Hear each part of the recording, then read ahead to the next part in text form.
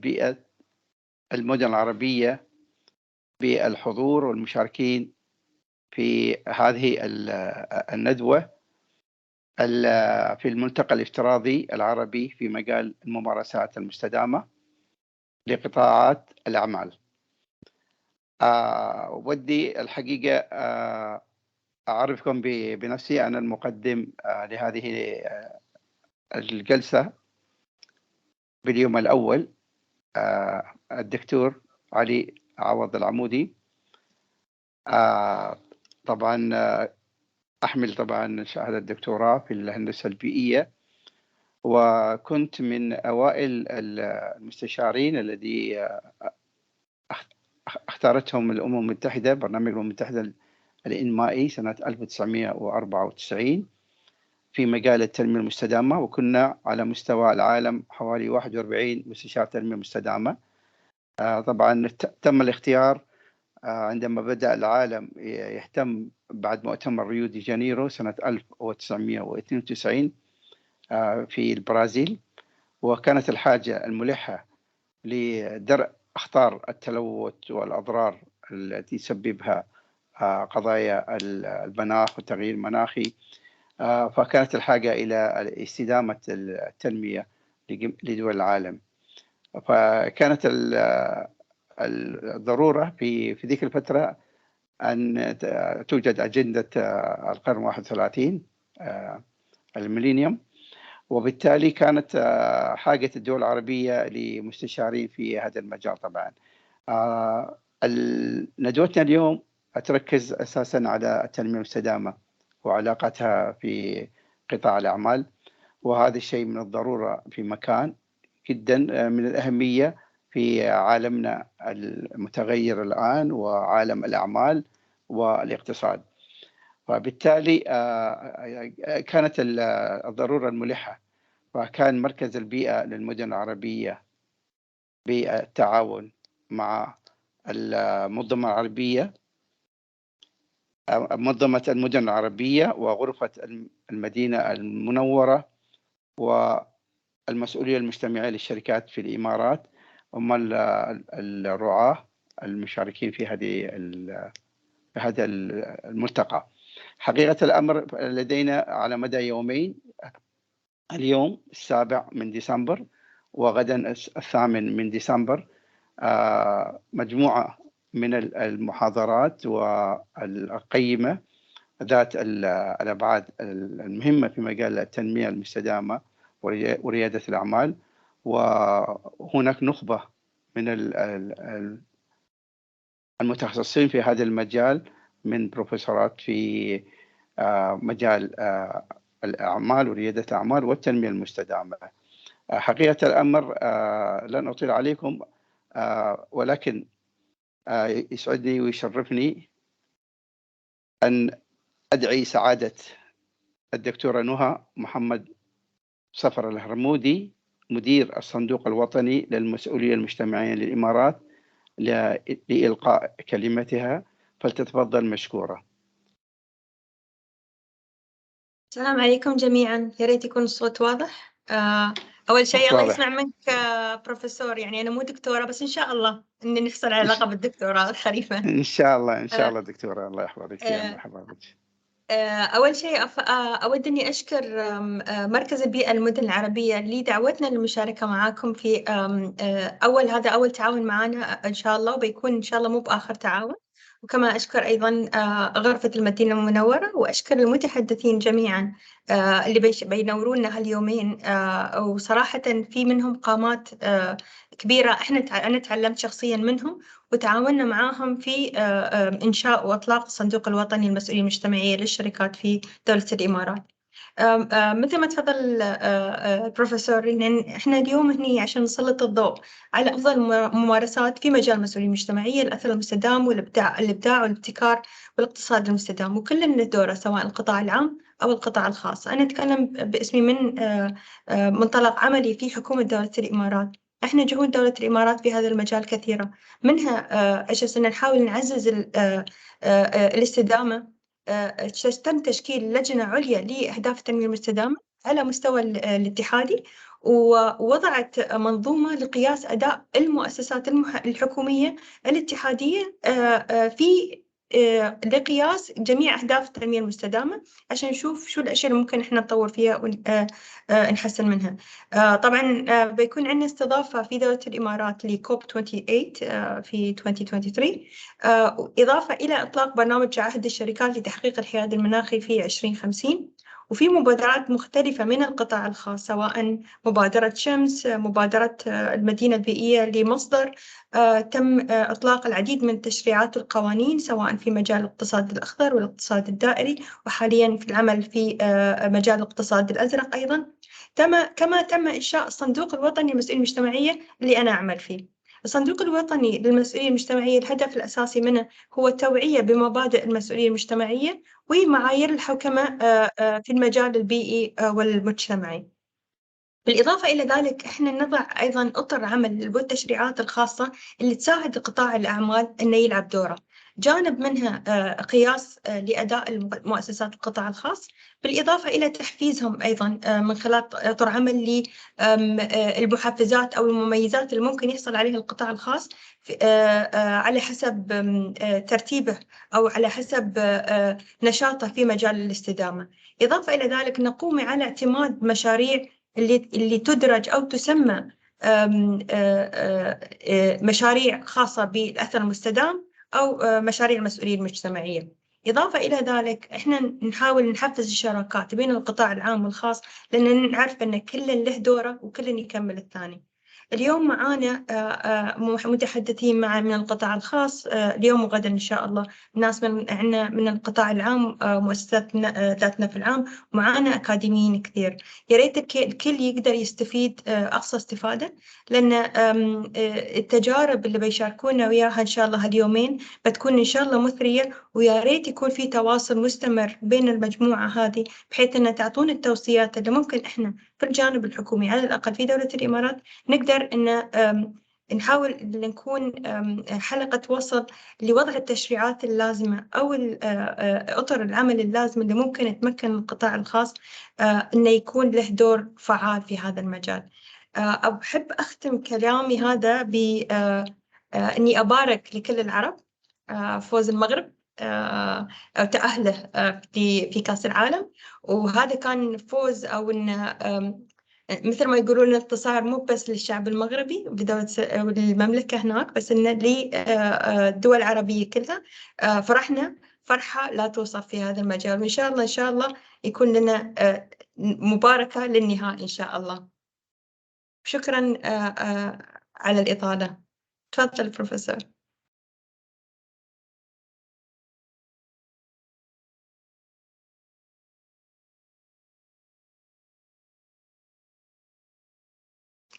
بروفيسور أنت على ميوت.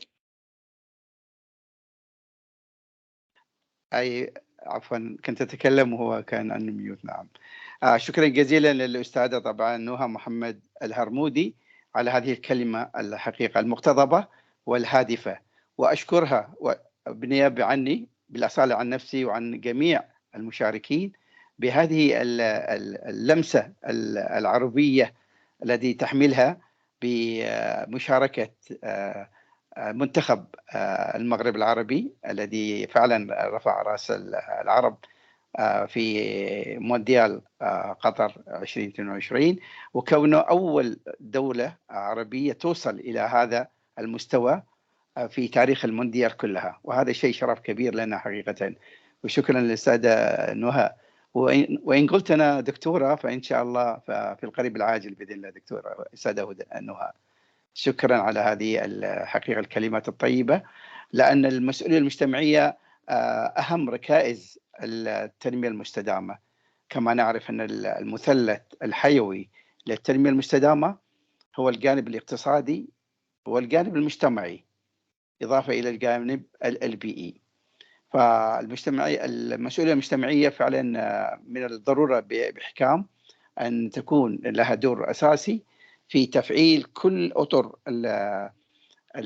الأعمال الاقتصادية التي لها طبعا انعكاسات على واقع النمو والازدهار والنهضة المجتمعية.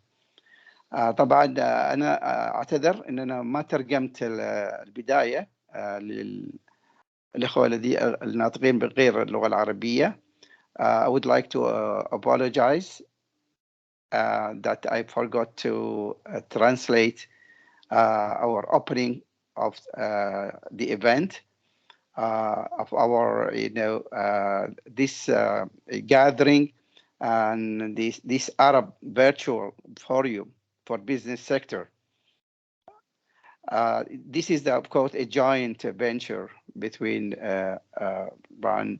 the Environmental Center for the Arab Cities and the Arab Organization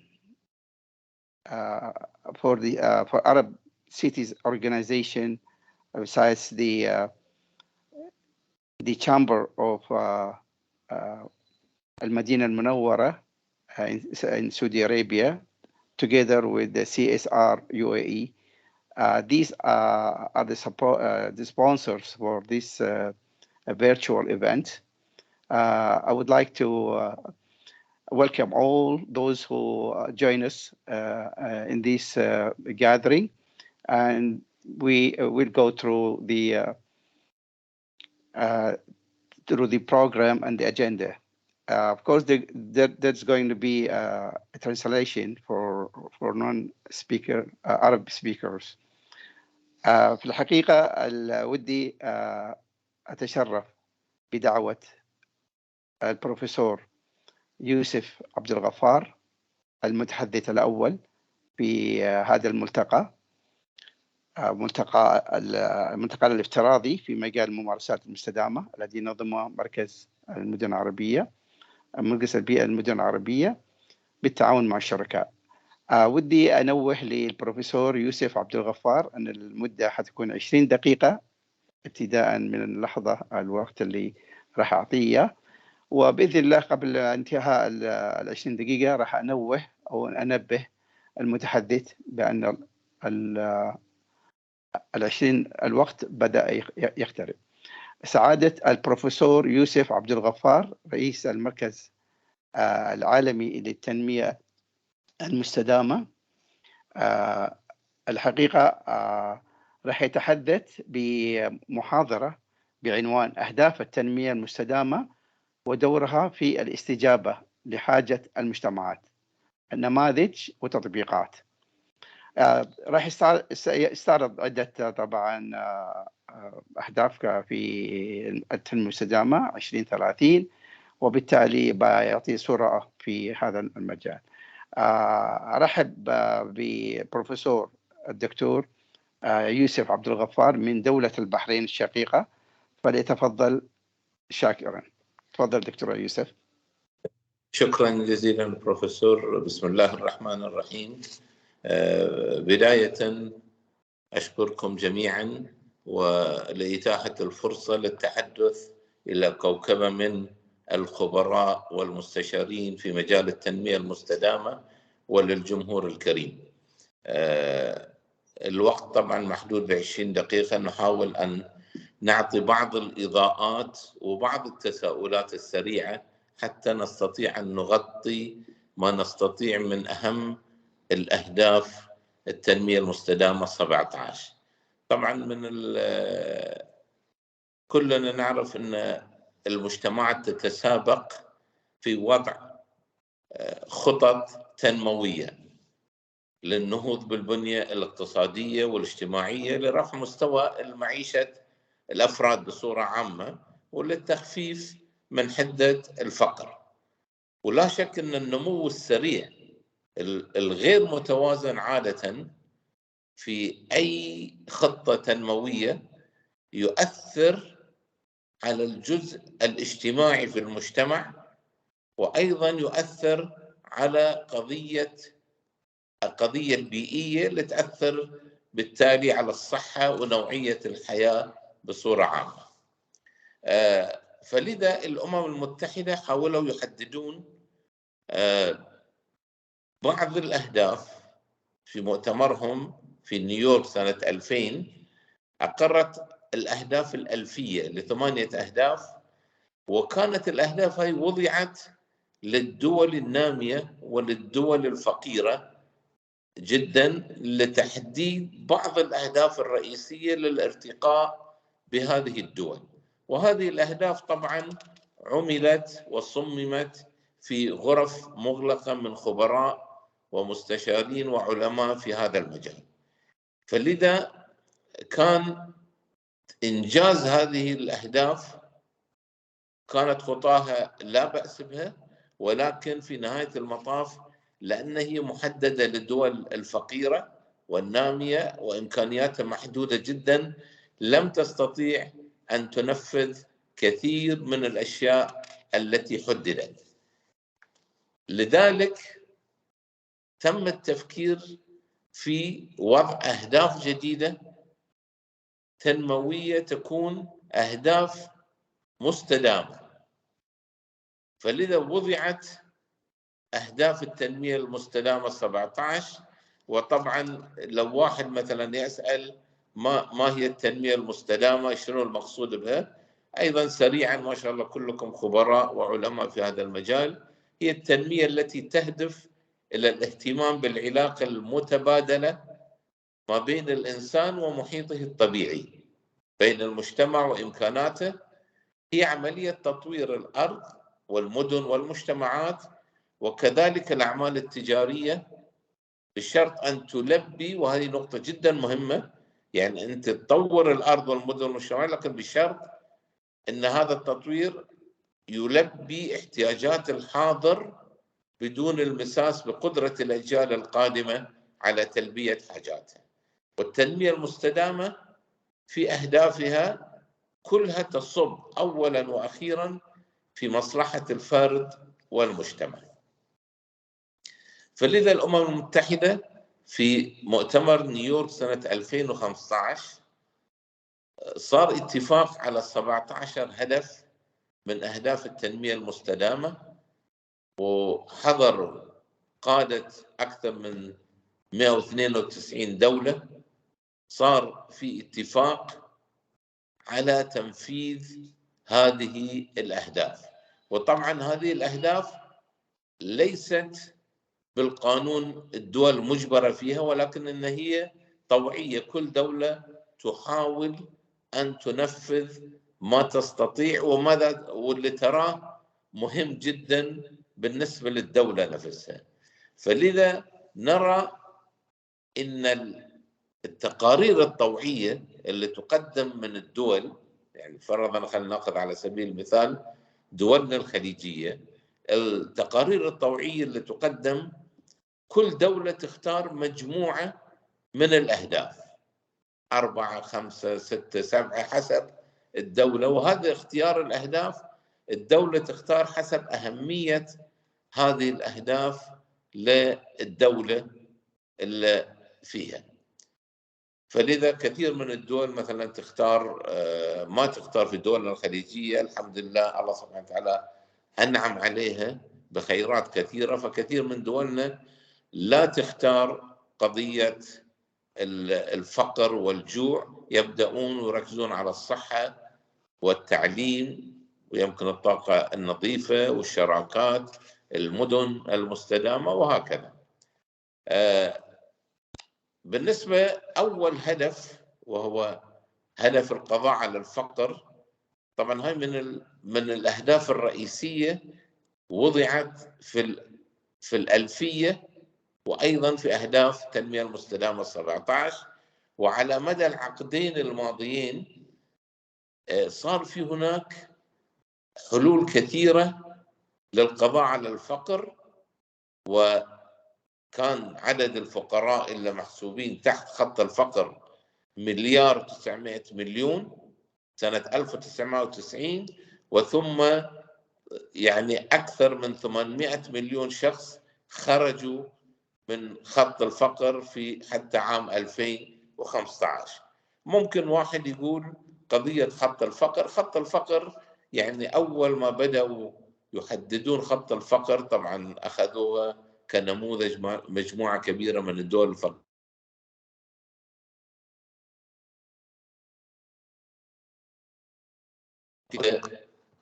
حدد دولار واحد، وثم مع المراجعات كل بعد فترة ارتفع طبعا إلى دولار وربع، إلى أن وصل في وقت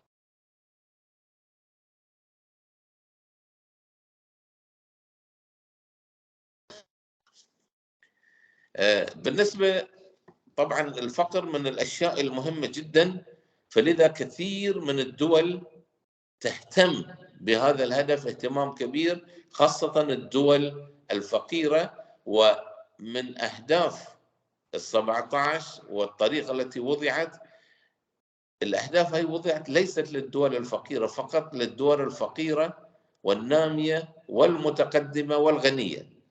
فلذا صار في هناك تعاون بين الدول الغنية والفقيرة والمتقدمة والنامية، وصار في تعاون كبير. طبعا كل دولة حسب مصلحتها، ولكن عملوا على مساعدة الدول الأخرى مساعدة كبيرة. بالنسبة لغايات الفقر، من أهم غايات الفقر عندنا طبعا هي غايات الفقر هي 7. من أهمها القضاء على الفقر المدقع أن تحدد، لأن كل هدف من الأهداف له غايات، وأول هدف له 7 غايات. القضاء على الفقر المدقع الغاية الأولى تخفيض الفقر بمقدار النص، هذه أيضا من الغايات. تنفيذ أنظمة الحماية الاجتماعية، الحق المتساوي في الملكية والخدمات الأساسية والتكنولوجيات والموارد الاقتصادية وغيرها. وفي هناك 3 وسائل تحقق هذه الغايات حددت بحشد الموارد للقضاء على الفقر، بناء قدرة الصمود تجاه الكوارث، وهذه المشكلة الكوارث البيئية والاقتصادية والاجتماعية. وشفنا طبعا في الأشهر القليلة الماضية كثير من الكوارث، من الفيضانات والعواصف والزلازل. فلا بد أن بناء قدرة الدول للصمود تجاه هذه الكوارث البيئية، وإنشاء أطر سياسات القضاء على الفقر على جميع المستويات. ننتقل الآن سريعا على أساس قضية بس الوقت. أثناء فترة الوباء كورونا قضية الفقر كانت في نزول الحمد لله، والمحاربة الفقر كانت الأمور ماشية من أحسن ما يكون. ولكن في الدراسة سنة 2020 اكتشفوا أن أثناء كورونا أن الفقر بدأ يزيد بنسبة 7%، طبعا بسبب الإغلاقات اللي صارت سواء على مستوى الدولة أو مستوى المحلات وعدم حركة الناس وهكذا. والفقر له أبعاد، عدة أبعاد. من أهم هذه الأبعاد اللي ودنا نحددها قضية البعد الصحي، لأن أي شخص فقير لابد أيضا نعالجه من الناحية الصحية حتى نستطيع بقوته وصحته أن نخرجه من قضية الفقر المدقع. طبعا نوفر له التغذية السليمة والأمن الغذائي وهكذا.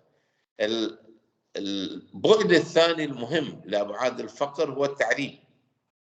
يعني تشوفون في أهداف الألفية كان هدف التعليم إلى المرحلة الابتدائية فقط، ولكن في الأهداف 17 الجديدة اللي من 2015 إلى 2030 يكون التعليم الجيد، لأن نريد أكثر من التعليم الابتدائي. فلذا الفقر طبعا معروف أن ينتج لنا بطالة بين الشباب، والبطالة بين الشباب طبعا في بعض الدول مثل ألمانيا وبعض الدول الاسكندنافية حلوا مشكلة البطالة عند الشباب كحل جزئي بالتعليم الفني والمهني. ركزوا على التعليم الفني والمهني، وأنا أعتقد حتى في دولنا الخليجية والعربية الفجوة واضحة في التعليم الفني والمهني.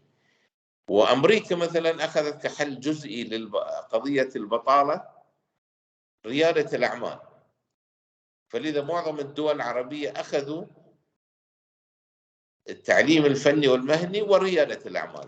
طبعا ريادة الأعمال مع الأسف كثير من دولنا تبنوا قضية ريادة الأعمال، ولكن نسوا أن أيضا ريادة الأعمال تريد جامعات قوية نتكلم عنها في التعليم، وتريد بنى تحتية لريادة الأعمال في البحث العلمي وغير ذلك. فلذا الجزء التكنولوجي مفقود في كثير من مشاريع ريادة الأعمال في المنطقة، والتركيز على الأشياء، لا شك أن الأشياء هذه طيبة وتخرج كثير من الشباب من الفقر، وبعد ما تصير مؤسساتهم الخاصة عندهم ممكن يوظفون الشباب أيضا على ذلك. وهي قضية كان اهتموا بالمطاعم وبالمقاهي والأشياء هذه لا بأس، ولكن لابد الاهتمام بالتكنولوجيا، لأن الجزء هذا هو الذي يطور المجتمع بصورة أسرع، وأيضا ينمي المشروع بصورة أكبر.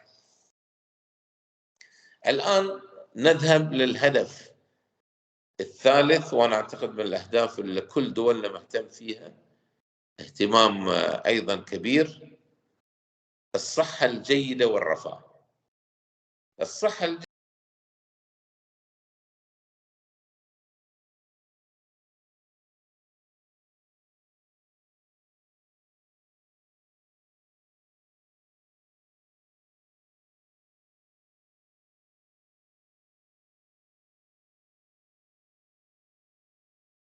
عفوا مهندس محمد، الصوت انقطع من الدكتور يوسف الآن، لأن الظاهر أيوة نعم دكتور الآن واضح. سريعا للهدف الثالث: الصحة الجيدة والرفاه. من النقاط اللي أبي مثلا كتساؤل: الصحة الوقائية. منطقتنا مهتمة بالصحة اهتمام كبير، ولكن ما زالت عندنا نسب كبيرة من الأمراض المزمنة، من السكر والضغط وأمراض القلب وغير ذلك. فلما يكون عندنا صحة وقائية ونوعي الناس في الحقيقة بطبيعة الحياة وطريقة الحياة والكلتشر اللي الواحد يعيش فيه، ممكن يقينا من كثير من هذه الأمراض المزمنة ومن هذه المشاكل. النقطة الثانية هي مراكز أبحاث للأمراض المزمنة المنتشرة في البلد أو الأمور الصحية الأخرى المستجدة. مراكز الأبحاث تلاحظون كلكم أيام كورونا كانت تعليمات تجينا من الجهات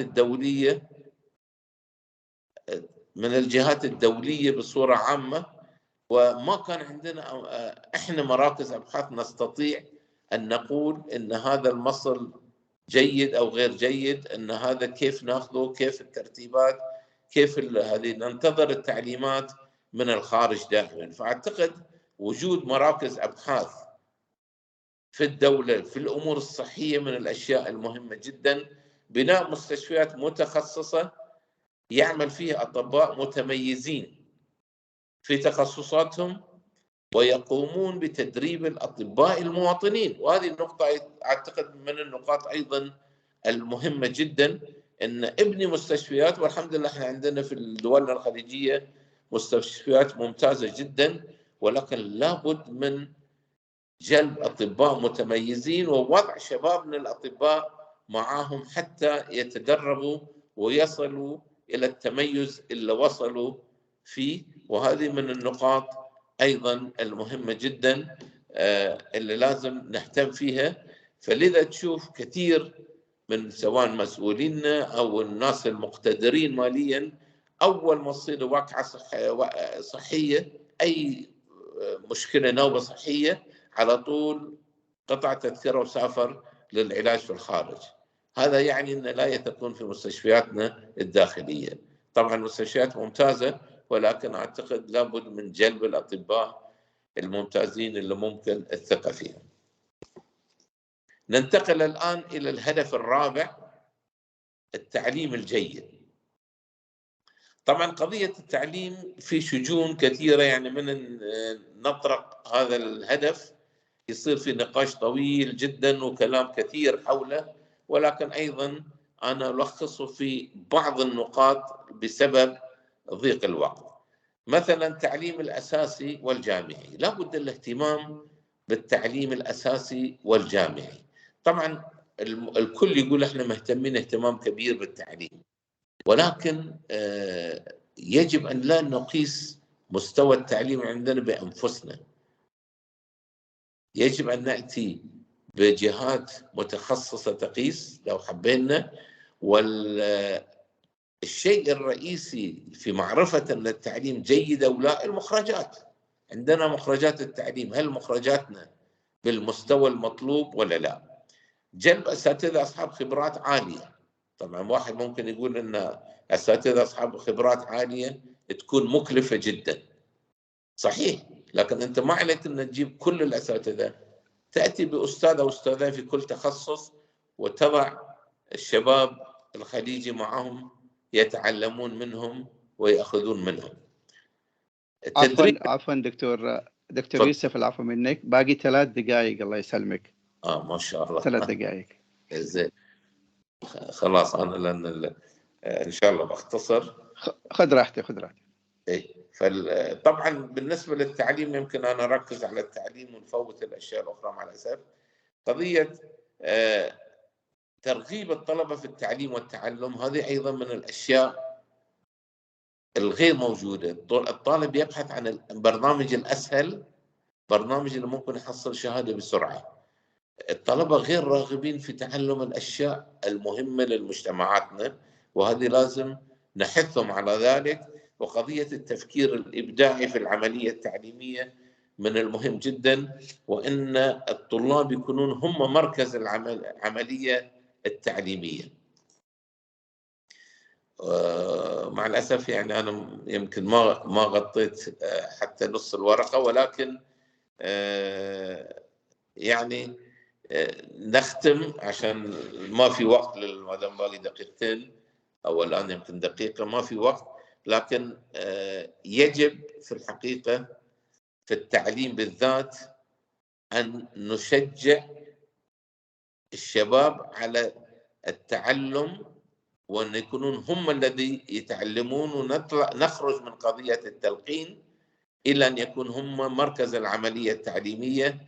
نشجع التعلم مدى الحياة، هذه من الأشياء المهمة. مو بواحد يأخذ شهادة ماجستير أو دكتوراه يقول أنا خلاص وصلت وانتهى. أيضا التخصصات المطلوبة في سوق العمل والتركيز على التعليم التطبيقي، ونخليه موازي للتطبيق النظري اللي كثير من جامعاتنا تهتم فيها في الحقيقة. بعدين مراكز الأبحاث، نختم بهذه إن شاء الله. مراكز الأبحاث مع الأسف في الجامعات عبارة عن بحوث تعمل للترقيات الأكاديمية بعيدة عن خدمة مجتمعاتها وتطوير مشاكل الموجودة في المجتمع وما تحتاجه المجتمعات. أنا أقف هنا لأن الورقة ما زالت طويلة شوية، فشكرا جزيلا على حسن استماعكم، وآسف أن ما استطعت أكمل الورقة لأن فعلا 20 دقيقة ما شاء الله عبرت بسرعة. شكرا جزيلا. شكرا سعادة البروفيسور الدكتور يوسف عبد الغفار على هذه الورقة القيمة. والله ودنا يا دكتور حقيقة نعطيك الوقت كله يعني، ونعطيك أكثر من كذي يعني. الله يجزيك. احنا عارفين ان بحثك عميق وفي مجال أهداف التنمية المستدامة اللي استعرضت فيها أهم أهداف التنمية المستدامة 2023 ودورها في الاستجابة لحاجة المجتمعات بالدول، نماذج، ووضحت أمور كثيرة. الحقيقة المتابعين متشوقون لهذا الشيء، بس كما تعرف دكتور أن برنامج الملتقى مكثف في اليوم كثير، فما ودنا ناخذ من أوقات الآخرين، فسموحة منك طال عمرك. لا الله يبارك فيك. ودي أعتذر الذي يتحدثون باللغة الإنجليزية عندما لم أذكر ورقة الدكتور يوسف بالإنجليزي، وهي the SDGs and their role in responding to community needs. الورقة الثانية معنا الأستاذ الدكتور أحمد أسعد خليل، الذي راح يتحدث عن المسؤولية المستدامة والتغيير نحو الأفضل. Dr. Ahmed Asad Khalil will present his paper entitled Sustainable Responsibility and Change Towards the Better. فليتفضل دكتور أحمد ب20 دقيقة، وراح أنبهك إن شاء الله قبل المدة ب3 دقائق. فليتفضل دكتور أحمد. بسم الله الرحمن الرحيم، والصلاة والسلام على أشرف الأنبياء والمرسلين. أولاً نحيي الإخوان، أهلا بالسادة الحضور الكريم. سعدني أن أرحب بكم جميعاً في الملتقى الافتراضي العربي للممارسات المستدامة لقطاع الأعمال.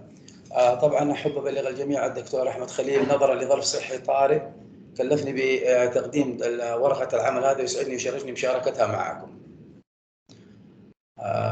الكلام طبعاً والحديث سوف يكون عن المسؤولية المستدامة والتغيير نحو الأفضل.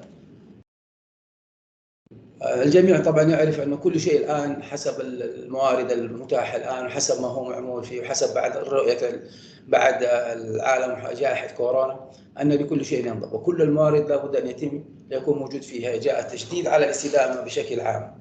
الدكتور فاض ما شاء الله تبارك الله، وهذا البروفيسور ما شاء الله تبارك الله، يعني يمكن ذكر وغطى أغلب النقاط.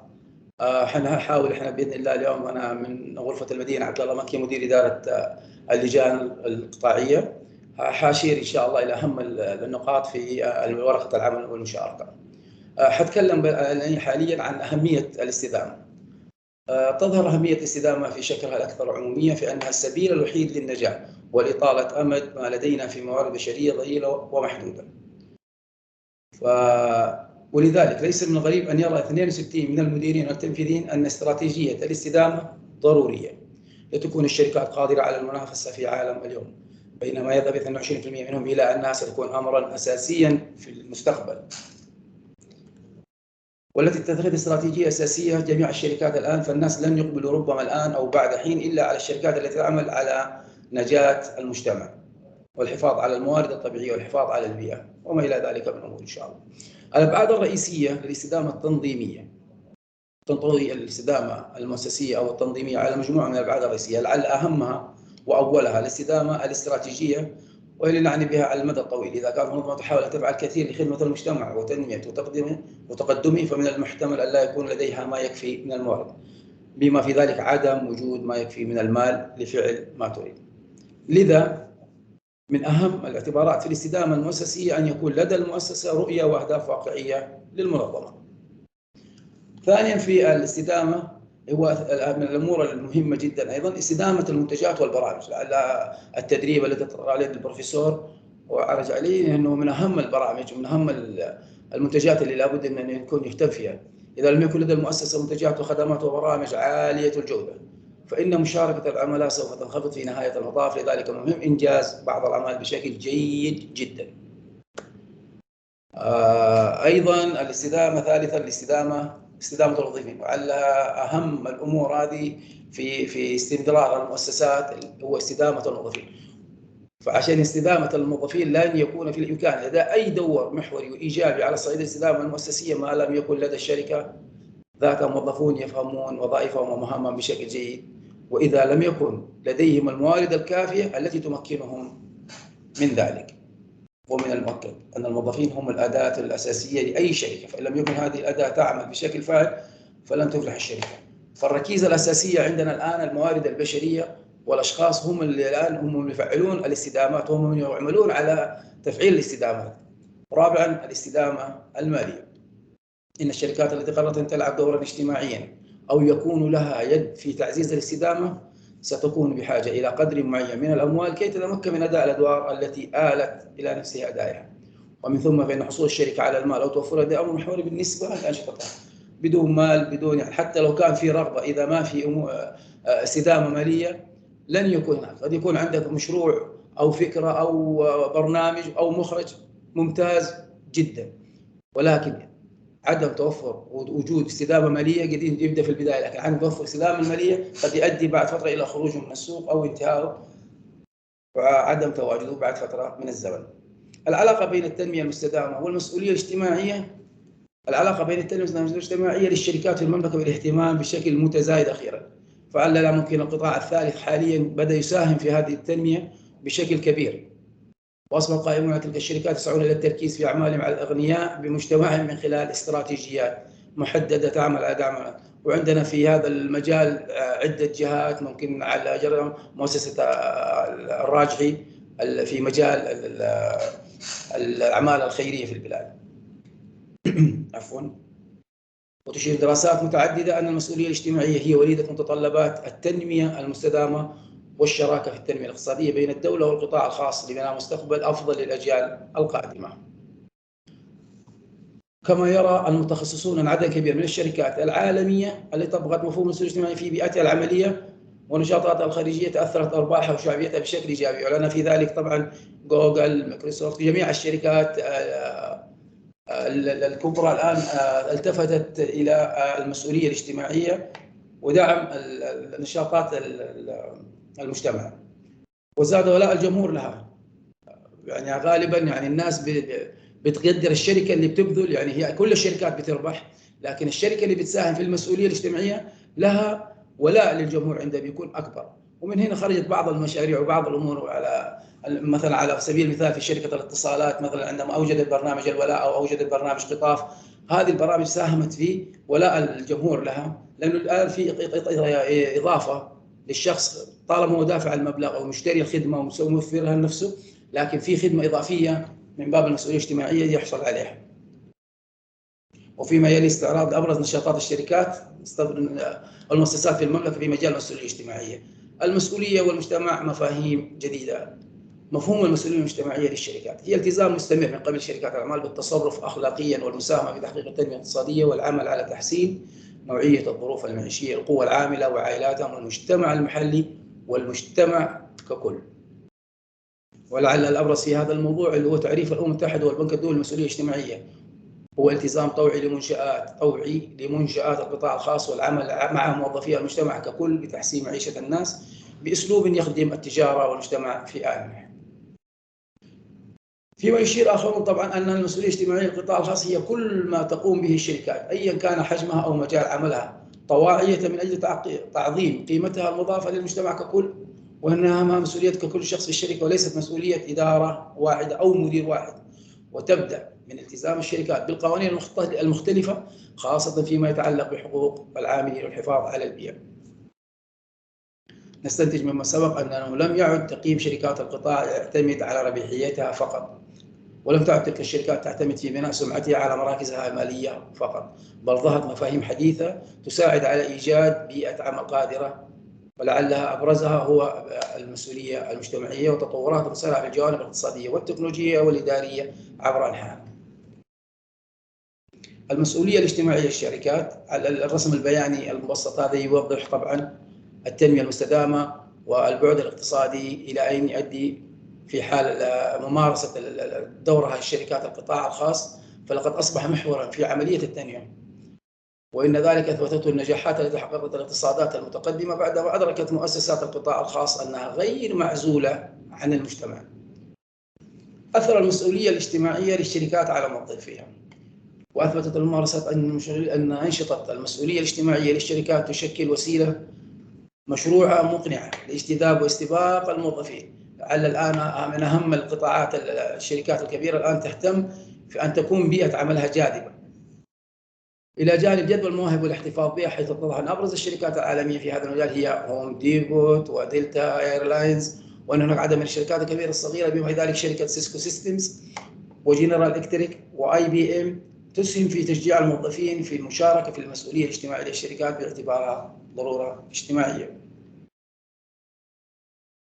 واقع الشركات في المملكة. نتحدث الآن عن واقع الشركات في المسؤولية الاجتماعية. عدد من الشركات والبنوك وبالخاصة الكبرى منها التي تولي المسؤولية الاجتماعية حيزا كبيرا من اهتمامها، حتى أن بعضها وضع إدارة خاصة بها في حين عمد البعض الآخر إلى ربطها بإدارات العلاقات العامة من منطلق ارتباطها بالجمهور ورصد التأثير الإيجابي من خلالها.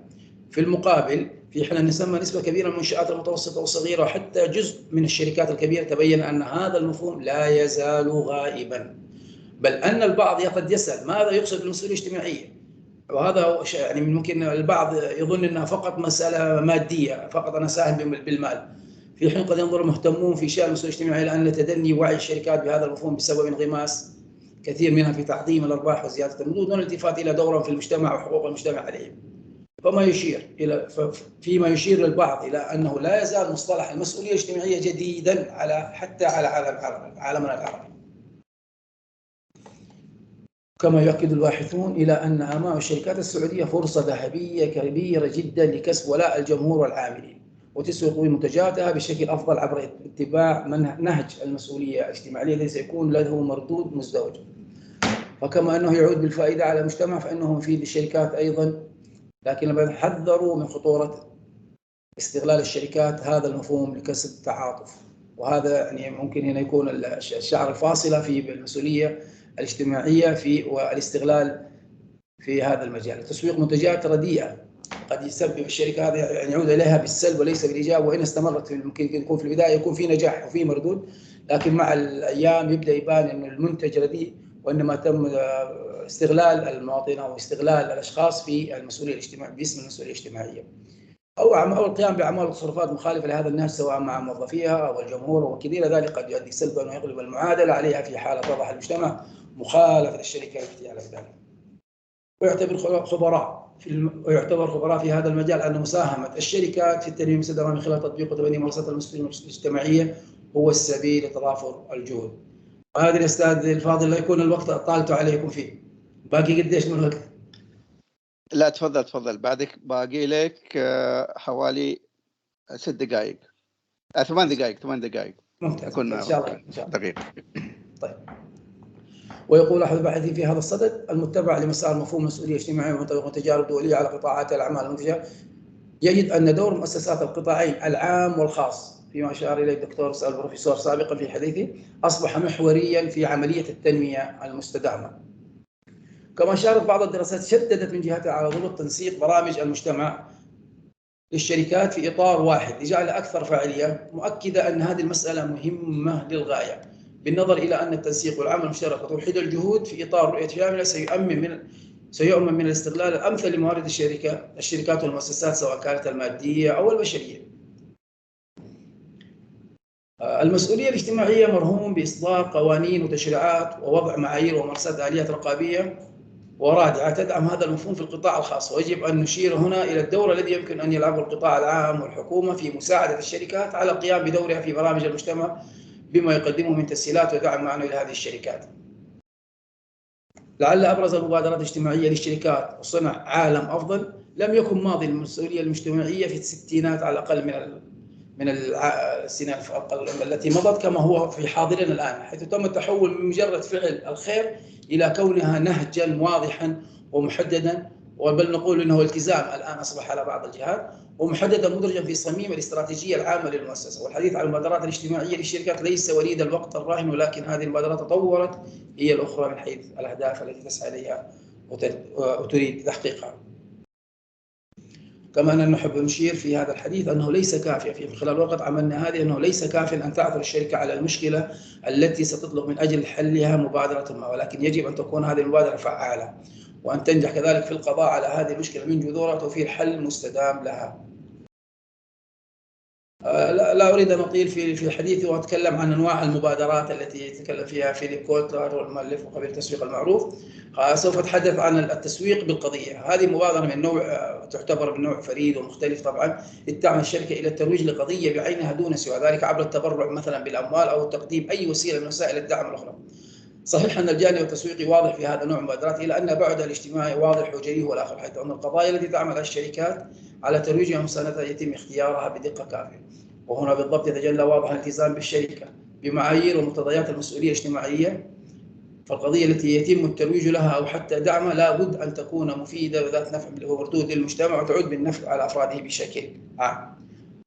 هذا فيما يخص التسويق بالقضية. أما فيما يخص التسويق الاجتماعي مرة أخرى يظهر البعد التسويقي في الموضوع، لكن أتذكر فيليب كولتر هو أحد مؤلفي كتب جود ووركس الذي نعتمد عليه في هذا المجال، وهو أحد أهم المنادين والمؤمنين كذلك بحتمية وضرورة المسؤولية الاجتماعية في التسويق.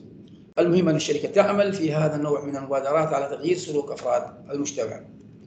المبادرات الاجتماعية للشركات للأعمال الخيرية للشركات، هذا النوع من المبادرات الاجتماعية للشركات هم مهم، لكنه لا يأخذ بزمام الأمور، وإنما يكتفى بالصنع المعروف لمؤسسات خيرية موجودة بالفعل، وذلك عبر تقديم الدعم المالي وخلافه. التطوع، وهذا مجاله طبعا جدا كبير، ولكن في تعريف بسيط أو في كلمة مقتضبة عنه نختلف المبادرات التطوعية عن الأعمال الخيرية في كون أن هذه الأعمال التطوعية تكتفي بالتبرع بالوقت لصالح قضايا محلية، كان يسهم موظفي هذه الشركة أو تلك في حدث خيري ما، أو زيارة إحدى مؤسسات العمل الخيري ولعب بعض الأدوار الاجتماعية الإيجابية.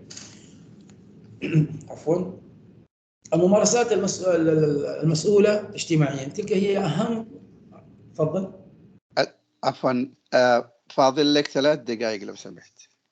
أوكي. الممارسات المسؤولة اجتماعيا، تلك هي أهم أنواع المبادرات الاجتماعية للشركات، حيث تصب الشركات في كل تركيزها على صياغة وتنفيذ البرامج التي تضمن تحسين رفاهية المجتمع وحماية البيئة على حد السواء. أخيرا وليس آخرا، عالم أفضل بديل، لعل أهم ما يمكن ملاحظته عند الحديث عن المسؤولية الاجتماعية أنها وعد بصناعة عالم مغاير وتقديم نسخة أخرى معدلة من هذا الواقع المليء بالمشكلات والأزمات.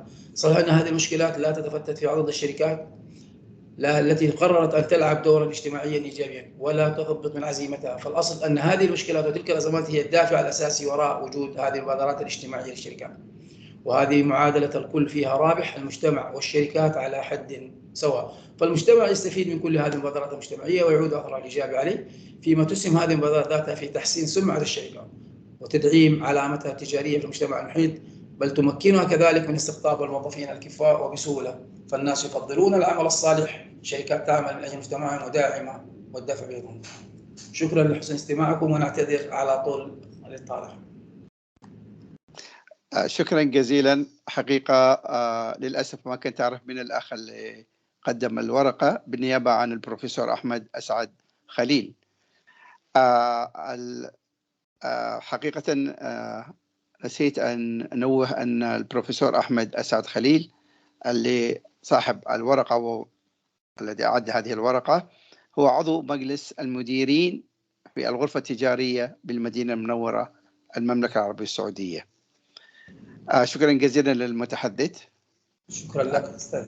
الحقيقة أعطى أهمية كبيرة للمسؤولية المجتمعية ونحو التغيير الأفضل، طبعا نحو الأفضل، التعريف وأهمية الاستدامة وعلاقتها بالمسؤولية المجتمعية.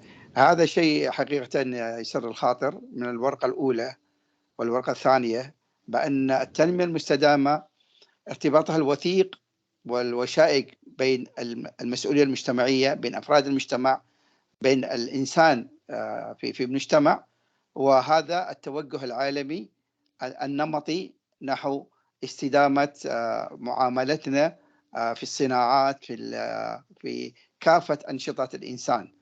فالارتباط الوثيق مع المسؤولية المجتمعية هذا شيء حقيقة من الأهمية في مجال التنمية المستدامة.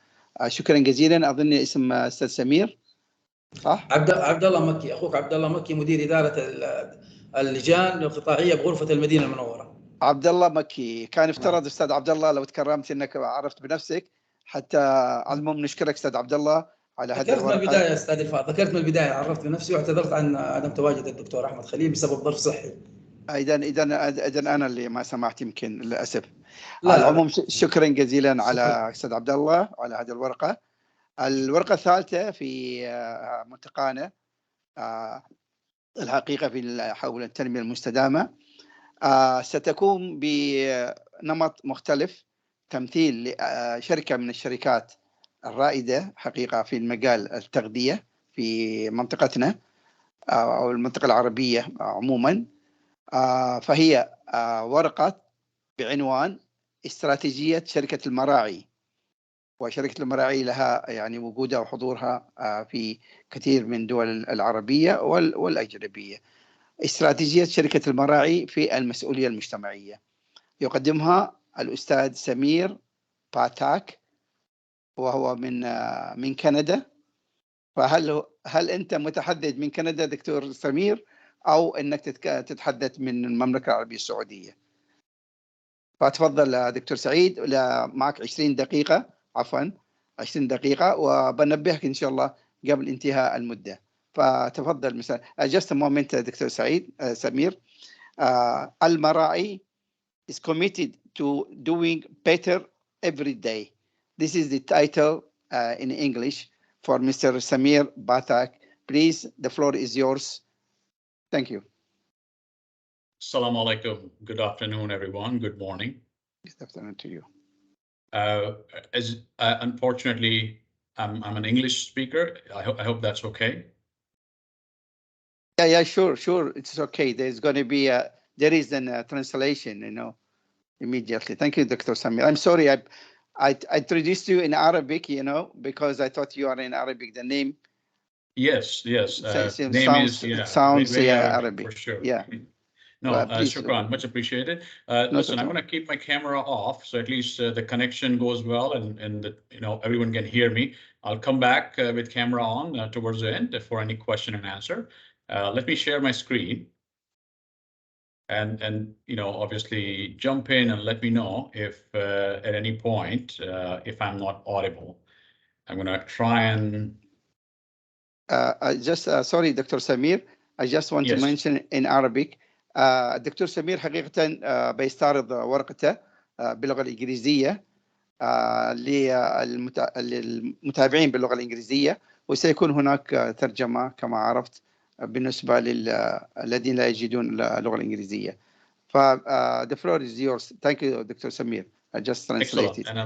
Excellent. Thank you. I'll do my best to wrap it up within 15 to 17 minutes. A quick disclaimer: the information that is presented is, mostly publicly available information, and some information can change as we continue to progress in terms of accomplishing our goals. My goal is to sort of help you understand how Al-Marai thinks. What is ESG? And why do we do it as a business? So other businesses and other organizations, entities can understand what is the rationale, what has been our journey at Al-Marai for the last 5 years, where do we stand, what are our accomplishments? We need to celebrate every small win. So I'll sort of share what have been our wins so far, and then obviously we'll stop for question and answer. In a nutshell, as most of you know, and I thought it's a good idea to start and ground ourselves at the foundation: environment, the society, social, as well as the governance. This is how we sort of think. Think about a stool with 3 legs. If one leg is missing, the table cannot stand, and that table is a sustainable business. So, we have to make sure that our environmental impact, the social impact, and the governance and the transparency that we bring about for our stakeholders, including, internal as well as external stakeholders, is reliable. And the intent, obviously, is not to sort of read through sort of line by line. I'm sure you can, and we'll share the presentation towards the end as well. So for Al-Marai, a sustainable business is running the business today that will be not detrimental to future generations. We want to ensure that we consume our resources in such a way that the future generation has reasonable amount, enough for their needs in the future. So basically 0 to net positive environmental impact, definitely not any negative environmental impact, and more inclusive, just and thriving communities. Because of presence of our organization or a business, the world, the society, the environment should be a better place rather than the other way around. So that's the bottom line, what we mean when we say ESG. Now, here I'm sharing an example of Vision 2030. So this is very applicable to UAE as well as most GCC countries. Every country has adopted UN Sustainable Development Goals as part of their internal strategies and at a government level. So Saudi Arabia obviously have included all 17 of SDGs as part of the Vision 2030. So why ESG and why sustainability matter for a business is because government, our key stakeholder, which most of the team members and the participants on this call are looking at sustainable development goals, as inherent as their own strategy. Our king during 2020 G20 summit held in Riyadh publicly, exercised the importance of circular carbon economy. So coming all the way from the top, it is the most important thing. Obviously, you have heard about Saudi green initiatives and many more things nowadays. And this is why it matters. The government, one of our key stakeholders, are interested in that. BCG, Boston Consulting Group, did a research of the Middle Eastern countries, the GCC countries, and this is what our consumers think. So we are a consumer brand, we are FMCG, we are food and beverage company. Our consumers who are end user of our product, how they think, what they think matter to us a lot. And so does for every other business as well as every other government organization, because at the end of the day, we want to serve public. We all are here to serve public as well as consumers. So more than 70% consumers within Saudi Arabia, UAE, as you can see, 81% consumers are aware and ready to go green. So climate change is very real for them, and everyone is sort of thinking about it. When it comes to putting their money where their mouth is, this is what consumers say. There is no interpretation. There is no gray line in between. Consumers are saying they're willing to pay more if they understand the product is reliable, the product is more environment friendly, and uses ingredients like organic or biodegradable packaging or recycled packaging, sort of. Businesses who sort of embed this as part of the mainstream, excuse me, and make it a part of mainstream, make it available. So you don't have to be going 10 miles to drive and get a sustainable brand of milk or yogurt or Laban. It should be accessible within the reasonable means where people go for their normal shopping. That's what matters. It has to be accessible. Now, another, from business point of view, another key stakeholder. So we looked at government, looked at consumer, now is the investors. UNPRI, Principle for Responsible Investments. So this entity has, this is about MSCI. So if you look at Morgan Stanley Capital International, they compared businesses who are doing right on sustainability and the other businesses who are not quite, who hasn't quite started. So on an average, businesses who are performing well on ESG have outperformed on financial returns. So they always return 10% more investment to the investors rather than the other businesses. So it makes sense from investors' point of view as well. Now, this is what I was trying to talk about. UN Principle for Responsible Investment. $120 trillion, so trillion with T. That's how much investment is committed to invest in a business or in entities who are environmentally and sustainability sound. So think about it. There is more supply than demand. There are not enough businesses who are, interested in getting this ESG funds or this investment. So what's happening is then your interest cost that you pay on your borrowed money has gone down. A key example of Saudi Electric Company in Saudi Arabia. When they went with green bond, they ended up borrowing money to run the business at 40 basis points lower than the other interest rate. So that means they are saving $25 million. So just around 100 million SAR is how much they are saving every year just by borrowing green versus borrowing normal. So think about it. So why I'm saying all this is sustainability has to make a business sense. And why it makes sense, this is where I'm sort of summarizing it all. It helps reduces businesses' risk. So if you look at your balance sheet, there is a top line, how much you sell and how much revenue you get, how much cost you have. And when you deduct these two, that's when you get the bottom line. So it helps reduce your risk. What it means is it helps increase your potential to sell more, to go away with the headwinds. It helps boost your bottom line. It it makes sure, it reduces your costs, it reducing your borrowing cost, we just talked about. It reduces your employee turnover. Number of employees, that you turn over goes down. What it means is more employee productivity for the business to reap on. And last but not the least is, FMCGs like ourselves, fast-moving consumer goods, we focus on consumers, customers, and top talent. We just don't retain who we have, but we also attract the right kind of people. If you look at any millennials right now, they are the one. They are not looking for, just job to, so I can go and have a house and get paid and survive my family. They are more interested in value. They are more interested in what perception, what kind of business I'm serving.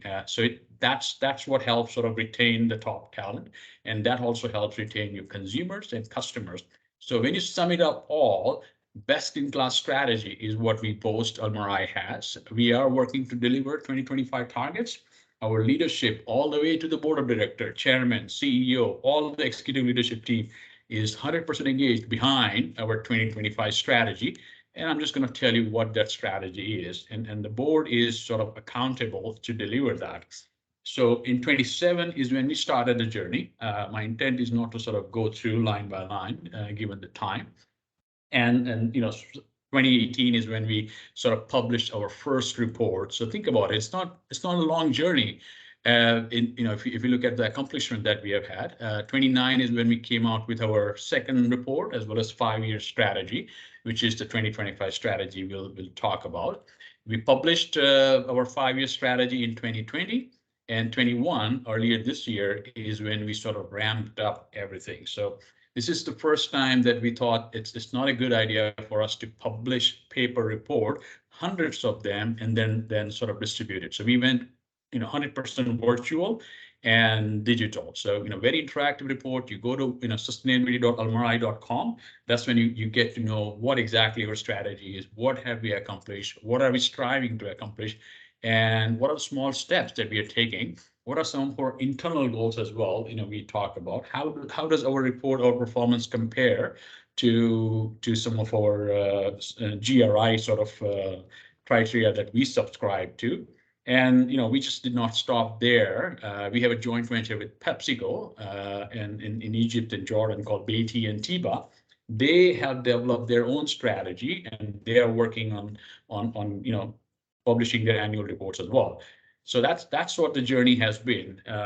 What is that strategy? So overarching theme is, and coming back to the title that was just outlined, is Almarai doing better every day. So we believe the world can be a better place if we are all committed to doing better every day. And when we all make small changes, positive changes, then we got nothing but a better tomorrow. How we think about it, so ESG, so sort of make it more humanized. ESG is a bit of technical terms. So we focus on caring for people. That's a social side. Who are these people? Who are our key people stakeholders? Number one is our own employees. And number two are our consumers, millions of them, hundreds of millions of them. And we want to make sure that we are part of community. We continue to stay part of the community. Community continue to rely on us for the highest quality of product, for the highest quality of service, making sure that our performance is really well. Protecting the planet is another pillar, and producing responsible product, not just a product that consumer, that we can sell to consumer, but make sure it's responsible. Make sure we take care of quality, food safety, animal welfare, and things like that. So these are the 3 pillars, if you will, of our strategy. Now, under each pillar, what we did is we understood through our employees survey, as well as understanding what our peer businesses, so global businesses as well as regional businesses, what are they focusing on? So people, as I said, the focus is on nutrition and well-being, health and safety of our employees, talent and diversity, making sure that we support our employees. We want to be part of the community. We want community to cherish Almarai being part of their families, And that's why we invest in our communities in a variety of ways. And some of us call it a CSR, corporate social responsibility. So that's what we mean by investing in the community. Protecting planet, obviously, very easily understood: water, packaging, climate, waste management, and sustainable agriculture. Almarai is the world's largest vertically integrated dairy business. So, we are number one, we are the largest. Our work starts from growing feed for our cows, bringing it to Saudi Arabia, feeding them, getting the milk, and getting, different ingredients of dairy, juice, and foods, and then sort of shipping it all the way to our consumers and make sure the consumer has it available. And obviously, we are proud that we did that. Think about the last 2-3 years of COVID restrictions and such. We did not miss a bit. We made sure our primary role of sustainable food security, not just for Saudi Arabia, but GCC and most countries, where our consumers are present. We made sure that we continue to supply and we are reliable in terms of, no matter what the situation is, consistent high quality product for our consumers. When it comes to responsible product, as I said, quality food safety, animal welfare, and last but not the least is ethical sourcing. We want to make sure that we are ethical in every decision we make upstream, not just what we do and what happens to our product downstream, but upstream, where our raw material is coming from. And that's sort of what our intent is. Now, again, so under every pillar and every target, so the first column you see are the same target that we just reviewed. So people, planet, and product. My intent is not to go and sort of explain you every target, but obviously you can read through. The point I'm trying to make is the last column. So executive VP. So these are the gentlemen and ladies who report to our CEO and the chairman directly. They are responsible for every one of the goals. They are held accountable. So accountability starts all the way to the top. And when that happens, obviously you can imagine it's driving the real impact. And you'll see what impact I'm talking about and what accomplishment that Almarai has had. So again, intent is not to read through, but here is about protecting planet, water, packaging, climate. Within climate, we focus on transportation. We have a big transport fleet and refrigeration, and energy. When it comes to energy, we are focused on renewable. We are focused on reducing the energy we use, and we are focusing on discipline, on having ISO 50001 certification to make sure we have very transparent usage of our energy. And last but not the least, our waste management and sustainable agriculture. These are the focus on planet, protecting the planet, and product as well. 100% of all our sites are GFSI, Global Food Safety Initiative certified as we speak now. 100% of our poultry and dairy herd and our animal welfare certified by international standard. And we are number one in the world to certify all dairy farm, and number one in Saudi Arabia to certify the poultry for animal welfare certification. So what has been accomplishments? Almarai has ranked 2 years in a row. I've been here for a year and a half. So both the years that I've been with Almarai, we have been number one when it comes to all businesses listed on Tadawul in Saudi Arabia. And we have maintained number one in terms of ESG ranking. So as you can see, the left is a screenshot, ESG Invest. Obviously, you can go and sort of check out yourself. And we are hopeful to continue to make progress in our ESG scores year over year. And that's, that process has already started. The review has started for the next year. And then, we are aspired to do better. In terms of, our continual improvement, we don't want to just stop there. We are not happy with being the best in the country and in the region. We are looking at Dow Jones Sustainability Index. We are looking at Morgan Stanley Capital International, Sustainalytics, the global ranking. We want to compete ourselves and compare ourselves with our global peers, multinational companies like Danone, Nestle, Fonterra, Coke, and Pepsi, and Procter & Gamble and Unilever, and we want to see where we are, and we want to sort of strive to be at par or better than what they are doing. In terms of some of the key accomplishments, and I'm going to be wrapping up in just 1 minute, is, as I said, all manufacturing sites are GFSI certified, not just HACCP plan and such. This is third party coming in and giving us a formal certification, ISO standard certification. That's what we have done. Same is the case with animal welfare for poultry and dairy operation. 100% of our sales depot cold storage are free of CFC. I'm sure you know chlorofluorocarbon is a ozone depleting substance. We have gotten rid of them. We have increased our fuel efficiency in our supply chain by 10%. And one of the goals we set ourselves for 3 years ago, 2.5 million healthy servings we want to contribute and donate to our communities. We have done it now. Does it mean we stop doing it? No, we continue to do it.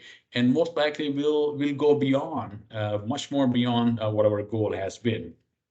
One big theme that we have been focused on this year in 2022 is transparency. This is the first year where, and we are arguably the first company in Saudi Arabia and in the region who got third-party assurance. Sorry, yes. Pardon, Dr. Samir. You have 3 minutes to go, please. Excellent, excellent. I'm wrapping up. So third-party assurance for all the data and sustainability reports. And we have published 15 different ESG policies and position statements, and it's all publicly available. I invite you to visit our website and sort of take a look at that. And waste diversion, you know, one of our target has been more than 50% waste diverted from landfill. We are beyond 40%, most likely by end of this year. When the numbers are crunched, we would have achieved that target.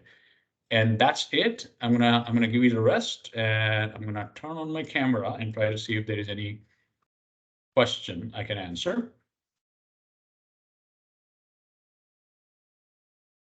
Shukran. I hope I wasn't going too fast, especially for the translator, and it made sense. And obviously, we'll share the presentation. Thank you so much, Dr. Samir. It was an excellent presentation for Al-Marai company and the role that the Al-Marai devoted towards the society in all the countries and all the demanding society. Thank you so much, Dr. Samir. And please, at the end of this session, please be aware that there might be any questions for your subjects. Thank you so much, Dr. Samir.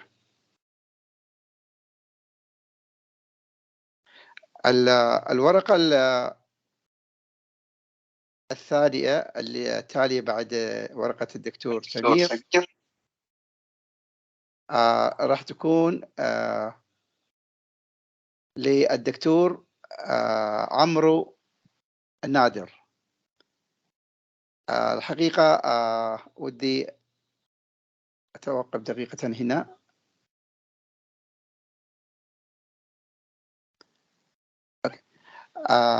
الدكتور عمرو نادر حقيقة لم يحدد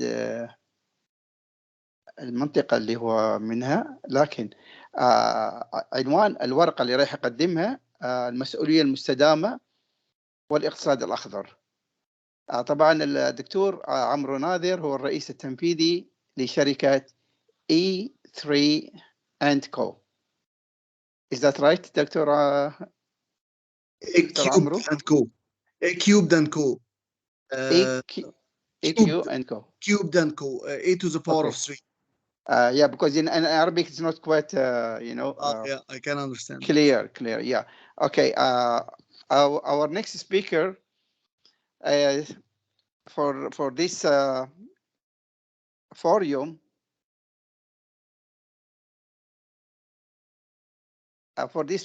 is Dr. Amru Nader. He's going to present a paper entitled Sustainable Responsibility and Green Economy. It's very vital, very important issue that we hook and we link the CSR with green economy. The floor is yours, Dr. Amru. Please go ahead. Thank you. متشكر جدا لحضرتك أنا اسمي المهندس عمرو أحمد نادر. أنا مهندس كيميائي وسي او شركة AQ بانكو. احنا شركة كونسلتنسي mainly active في الكلايمت تشالنج، وعندنا مشاريع مع الUN والجرين بيلدينج كونسل والIMF، مجموعة من المشاريع اللي بالتارجت النت زيرو. احنا شركة بيست في دبي، وانا بتكلم من دبي، وانا مصري الجنسية، والشركة بتاعتنا ليها فروع في عفوا دكتور عمرو، انا اسف جدا الحقيقه، انا اسف، بس بالجدول الغلطه مش مني انا، بس مكتوب الجدول عمرو مش عمر، انا اسف. عمرو، لا هو الاسم صح، عمرو. ايوه، لانك انت قلت الحين عمرو. اوكي ده اذا صحيح اسم هو احنا المصريين ما بننطقش الواو. عشان كده. عمرو، تفضل سيدك، سعادتك. فانا ان شاء الله اخلص البيبر بتاعتي في اقل من 20 دقيقه. انا هبتدي اخش في الموضوع على طول عشان ما نطولش. اتمنى تكون الشاشه بتاعتي واضحه. واضحه دكتور عمرو. انا هتكلم على انا I will mix Arabic and English. هتكلم بالعربي والانجليزي عشان يبقى سهل للجميع. انا هتكلم على السوشيال ريسبونسبيلتي والاقتصاد الاخضر، الجرين ايكونومي، ودور صناعه الاسمنت في الموضوعين دول، ودور شركتنا في السوشيال ريسبونسبيلتي اللي بنقدمها في هذا الاتجاه. المواضيع اللي هتكلم عليها السيركلر ايكونومي فيرسس جرين ايكونومي، والاقتصاد الدائري او السيركلر ايكونومي يختلف عن الجرين ايكونومي.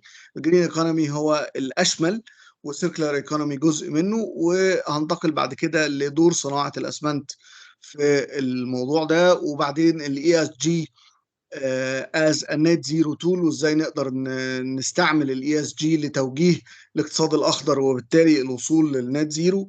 وبعدين البيلت انفايرمنت ودور الاسمنت فيها، وفي الاخر الدور بتاع شركتنا ان شاء الله. الفرق الاول الجرين ايكونومي والسيركلر ايكونومي. الجرين ايكونومي هما الاثنين بيؤدوا الى السستينابيلتي. الجرين ايكونومي هو عباره عن تنفيذ الاقتصاد أو acting an economical activity to within a low carbon initiative to achieve growth. In addition to using resources in an efficient manner, and most importantly within social inclusivity. That is what defines a green economy. On the other hand, circular economy is a combination of clean production to produce green products, combined with minimizing waste to have economic growth, and most of all, reduce environmental footprint. So we can say that circular economy can be a green economy when the activities inclusive in it are with a social inclusivity. Both are serving the SDGs of the UN and the SDGs of the Global Climate Challenge, and both of them reach sustainability.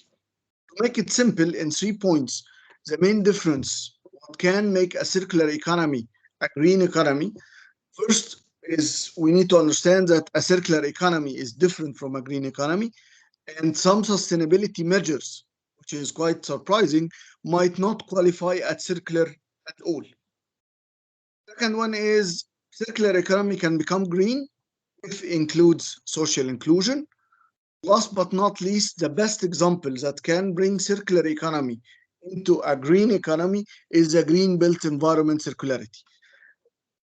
We all know that any growth of any country requires building, and cement and concrete are the heart of any building. The built environment is all the activities that include making a building and operating an existing building. To make it green, cement and concrete are front and center into that. Just to imagine the role of cement industry into that, 1% of carbon reduction in a 4,500 ton per day plant, and this is a medium to small size plant, is equivalent to 4 million liters of gasoline saved per year. نقدر نتخيل ان 1% تخفيض في انبعاثات الكربون في مصنع 4500 طن بير داي، وده يعتبر مصنع متوسط او صغير بالنسبه لمصانع الاسمنت. مصانع الاسمنت في السعوديه حوالي 10000 طن او 8000، ما بين 8000 و 10000. في الامارات نفس السايز. في مصر 6 ل 8. 1% بس تخفيض يساوي 4 مليون لتر جازولين في السنة، ودي كمية مهولة من العربيات اللي بتمشي جوه المدن نقدر نوفرها من 1% بس تخفيض للكربون في مصانع الأسمنت. أو بشكل آخر هي زراعة 11685 acre of forest في الصحراء عندنا. How to put cement and concrete in circular economy? Cement and concrete come into circular economy in two main dimensions. One is SCM, which is supplementary cementitious material، وهي المواد اللي بنحطها في الأسمنت كبديل للكلينكر، وكلها مواد طبيعية. أو من الناحية الثانية الكو بروسيسنج أو اليوزنج اوف الويست تو انرجي كونسبت، استخدام المواد الويست على انها وقود.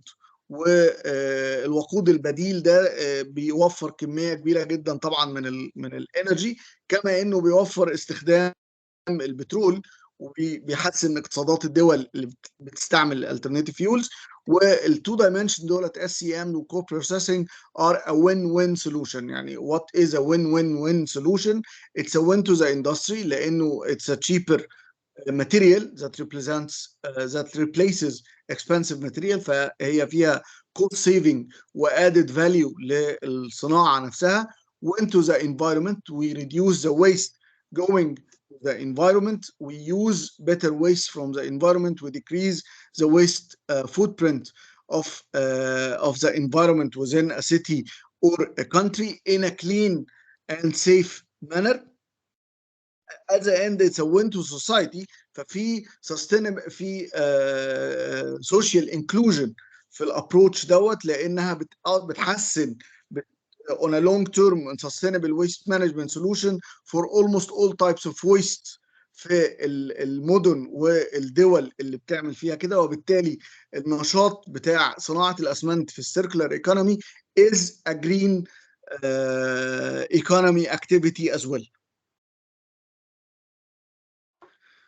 لما نبص على الاي اس جي، وده ترم بقى ترم مهم جدا ريسنتلي بعد الكلايمت اكشن وبعد الكوب 15 وبعد النت زيرو كوميتمنتس بتاعت كل دول العالم، ESG become a very important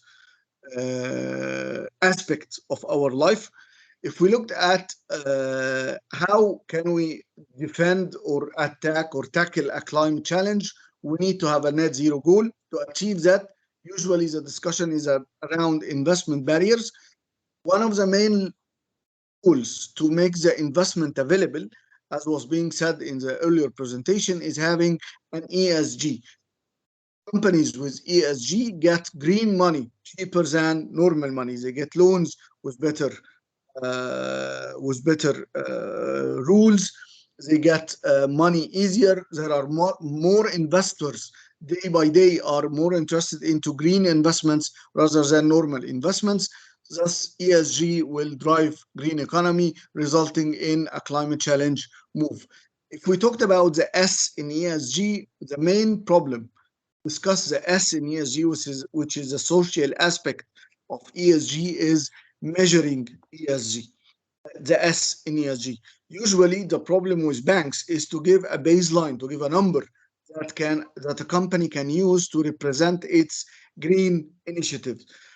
We are the only company in Middle East and Africa that is certified for ISO 3414, which is called currently the Human Capital ISO, and is being developed currently on version 2 to be the ISO for S in ESG.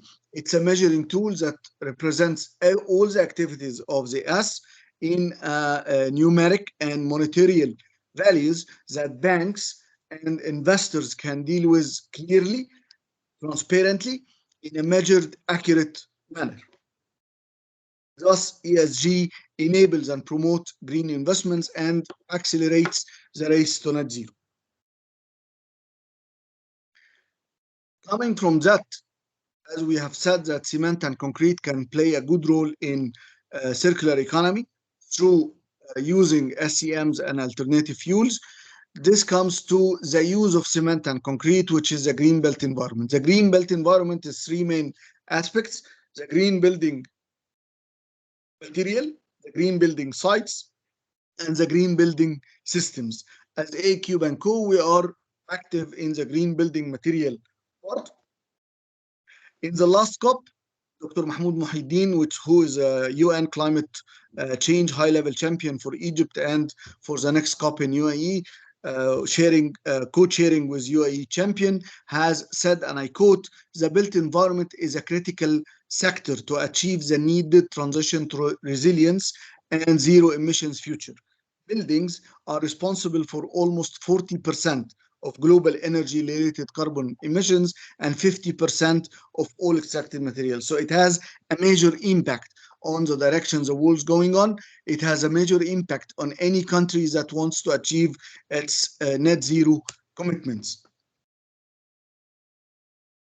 The green built environment has many aspects towards it. The marked blue items are the markets, are the parts of the green built environment where A-Cube and Co is active: energy efficiency, reduction of GHG gases, material efficiency, resource efficiency, design efficiency, and waste management efficiency. We do that by producing green cement and green concrete, which is the main lever to reach green built environment. You cannot do a green building without green building material. The main, you can easily say that cement and concrete represent around 90% of the carbon footprint of any building as built. Thus, we have a certain approach to reach that. We start by greening down clinker, which is bringing down the carbon footprint of clinker, greening down cement, bringing down the carbon footprint of cement. Doing that using the levers of alternative fuels and clean energy. We don't just bring down the CO2. We also solve the methane problem in many countries by tackling the landfills and the use of gas. Then we move to concrete and SEM. By adding SEM material, which is waste material, to concrete, it reduces both the carbon footprint of concrete as used, as well as reduces the CO2 emissions of the country. That delivers green built environment. And just to imagine the size of this initiative, this represents more than 30% of GCC and Africa GHG emissions. So fixing that is sufficient to keep Africa and GCC on the 1.5 degree pathway before 2030. Last but not least, what does A-Cube and Co do for CSR?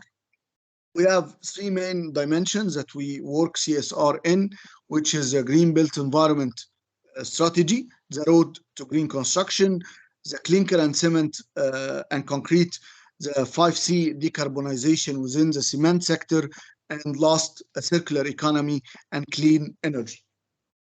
Specifically, to do that, we started by a collaboration with the World Cement Association. So we think in a global manner, but we act locally in the countries that we operate in Middle East, North Africa, GCC, and Sub-Sahara.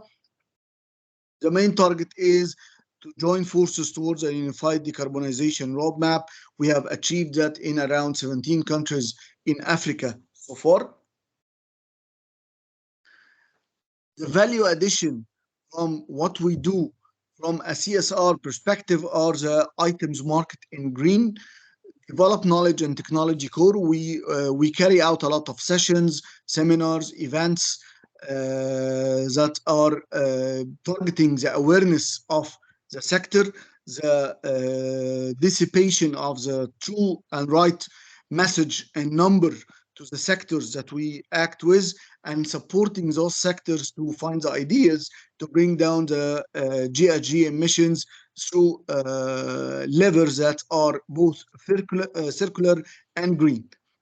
Second is sector awareness. We carry out CEO workshops and leadership sessions to direct boards, CEOs, and top management towards strategies of circular economy and green built environment. We have full سيد عمر عفوا سيد عمر العفو منك. You just have 3 minutes please to go. I'm wrapping up. This is my final slide. Thank you very much.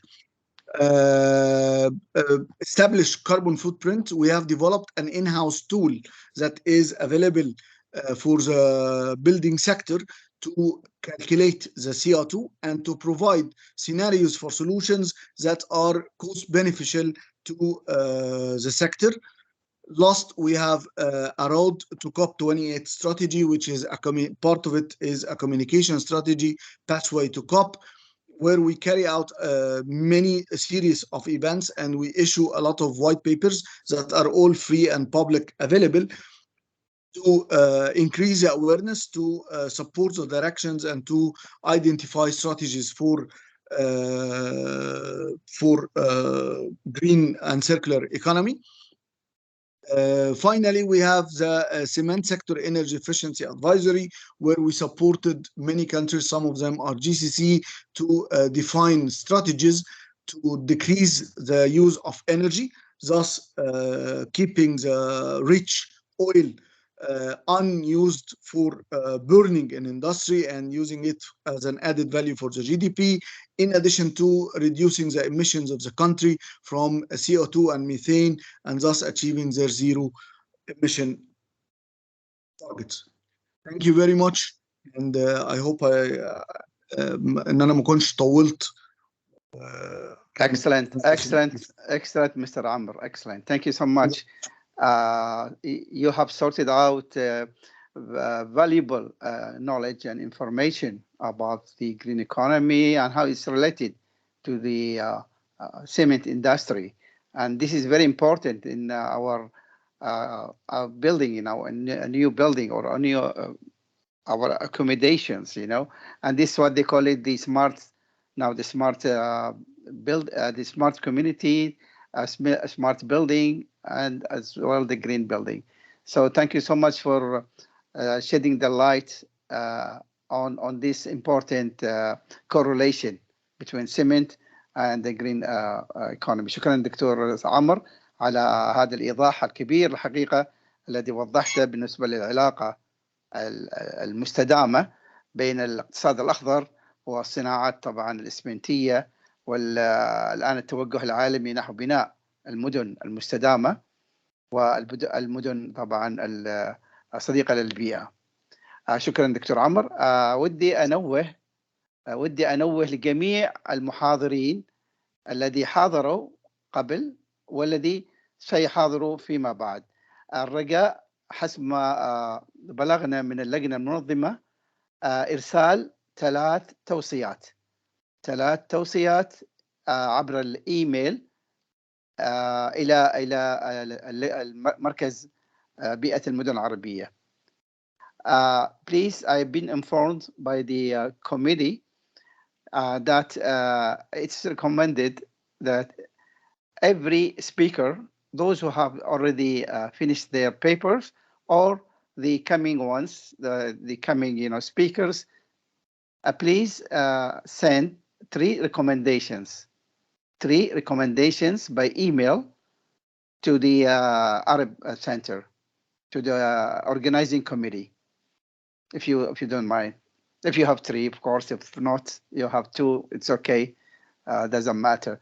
But this is what I've been informed. I would like to introduce our next speaker. We have Dr. Tatiana. Is it that right? Did I speak it okay? I'm sorry about it. Yes, Dr. Tatiana. Great. Yeah, Dr.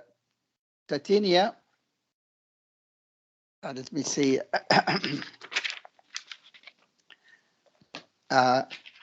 the second name is a little bit because the letters is very Dr. Tatiana Karabchuk. Karabchuk. Okay, yes. You're most welcome, because the script is very small and the screen is far away from where I'm. So Dr. Tania is going to present her paper in English entitled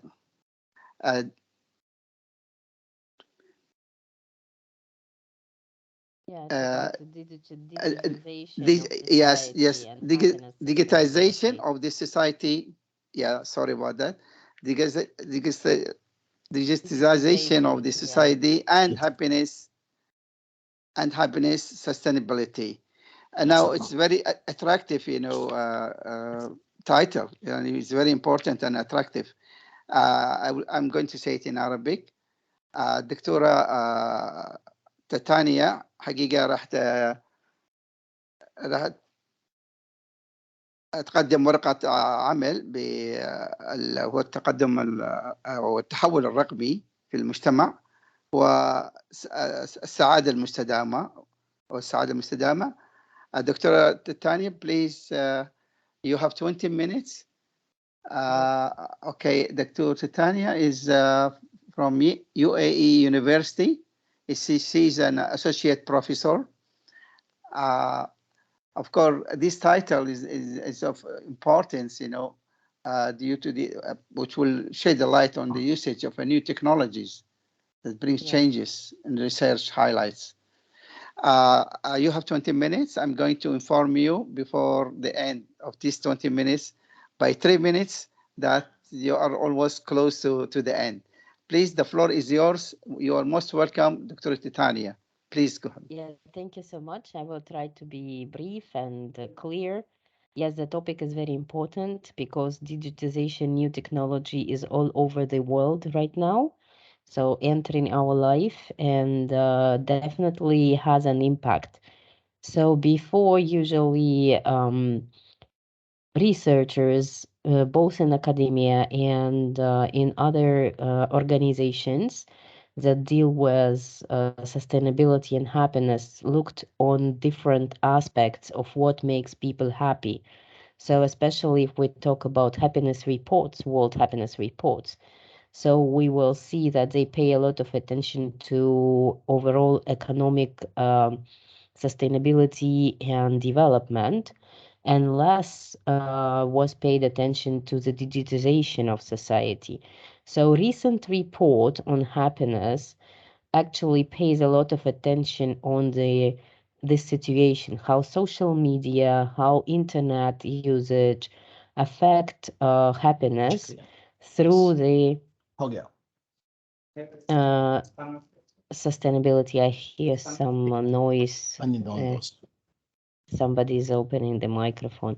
So رجاء إغلاق الميكروفونات من بعض الأخوة، لو سمحتوا تأكدوا من إغلاق الميكروفونات. دكتورة تيتانيا تعطينا المحاضرة. شكرا. Yeah, I will follow Dr. Samir example. Maybe I will switch off my camera. I don't know if you see very well the screen. So yes, please do, because you transfer to the screen. Yeah. Do you see my screen? Do you see the presentation? Yes, it's there, yes. Oh, okay. Thank you. So the motivation for research, as I mentioned, there was lack of information how the new technology affects happiness, mental health, especially in our daily life. So under these circumstances, there were 3 main research questions in this study that I'm going to present. It's a combination of 2 studies, actually. So we wanted to look at how internet or possession of mobile phones contributes to happiness sustainability at individual level, how mobile penetration, usage of internet and social media on the country level, so means how well advanced a country in terms of new technology usage in general affect individual level of happiness, And finally, we wanted to see the moderation effects, how mobile usage or internet usage, new technology usage affecting people perceptions of uncertainty of the economic growth, for example, at individual level, and how that affect happiness and sustainability. So this is the goal of the study, right? To understand how digitization affects individual life evaluation, including future life evaluation. So people would respond to the question how happy they are right now and what they think about 5 years from now.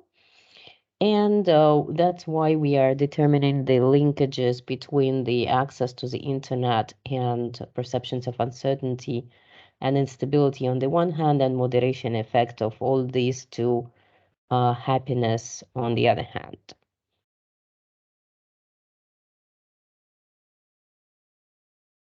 So what do we have from the previous studies? The previous studies really showed that internet technologies have impact. So all the studies are quite recent, so less than 10 years ago. There were some studies showing how subjective well-being depend on economic growth and GDP, right? And how the spread of internet technology is affecting the individual's well-being. So, however, there is lack of such studies. And in general, we can divide the literature or the previous resources on positive effects, which showing much more evidences for the positive effects of digitization on satisfaction and happiness, and negative effects. So I will be brief so you can see we did a very detailed study on the previous published research, so until nowadays. So in brief, we can say that internet does have a positive effect on users' level of happiness and life satisfaction. So online activities like using emails, online entertainment, online shopping, messaging would positively impact subjective well-being, especially social media usage, improve life satisfaction. Yes? I'm sorry, Dr. Tatania, the slides, are you yes, I'm changing the slides? Yes. Because one, this is a study, the first one. I thought maybe it's from technical problem or something. I'm changing it. It's not changing? No, it's not changing. That's what I'm... This is the first slide is there, study, no? Oh, wow. أستاذ محمد ممكن تساعدها؟ أستاذ محمد IT. مرحبا. ممكن تساعدونها لأن السلايد يعني واقف ما يتغير. من عندها ولا من عندنا؟ لا من عندها. من عندها. خلها تعمل unshare it وshare it again. I will share it. I will try to share it again now. Yeah, please, if you can share it again. It's better, yes. Maybe it will. Because, you know, that's why I was surprisingly, the first slide is still there. Yeah. It's stuck there. Yeah, now it is moving. Yeah, it's moving. Moving. Yeah. Now. Okay. So this is where I stopped. So I was showing a lot of studies. Okay. On positive impact on of digitization on life satisfaction and happiness. So as I say, social media usage, internet skills, they have a direct positive effect like on subjective well-being. However, there are also negative effects that were demonstrated by few actually studies. So negative effects of misusage of internet, or like too many hours spending on social media, or internet lack of skills that would prove negative impact on well-being. For example, negative correlation or was demonstrated between the mobile phone usage and internet usage on subjective well-being by few studies. and permanent online connection through mobile phone didn't give any impact. So misuse, as I say, of social media, for example, game playing of many hours, longer hours, was associated with lower life satisfaction. So you see, there are no direct or like very convincing evidence on either positive or negative impact. So we have like mixed message from the science regarding the impact. So what we did, we took two different big data sets. So the first one is a Gallup World Poll. It actually comprises more than 150 countries. So we took the wave before the COVID, 2019.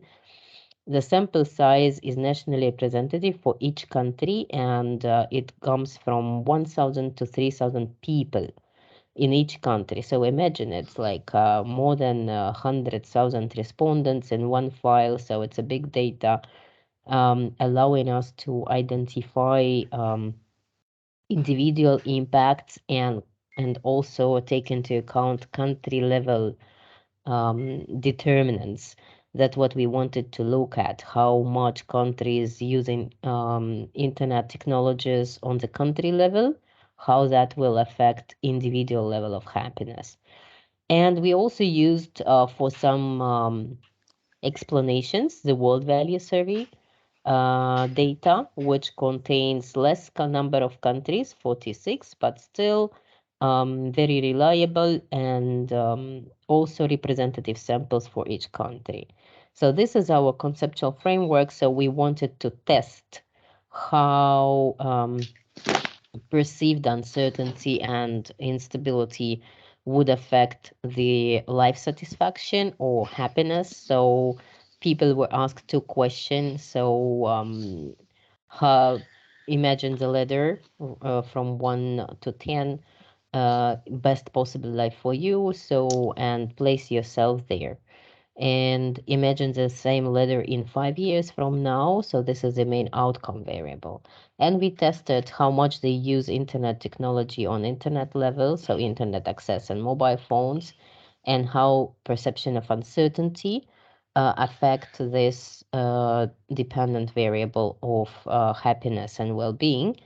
And on national level, digitization, we used three indicators, the percentage of mobile users, percentage of population actively using social media, and same percentage of population actively using internet. So that was in country level side. So this is our methodology. As I say, this is the main dependent variable explanation, and two main independent variable individuals, individual level uncertainty perception and usage of mobiles and internet access. So this is what digital report shows, where we took the data on percentage of mobile phone users. You can see how much country vary. So in some countries, it reaches 100 and over 100 level percentage of usage of mobile phones. That's why mobile phones are not here, because almost everybody has mobile phone. And obviously, if the country has more than 100%, meaning that each person has more than one mobile phone. So we put here the active internet users, which you can see the variety of the country, and social media users.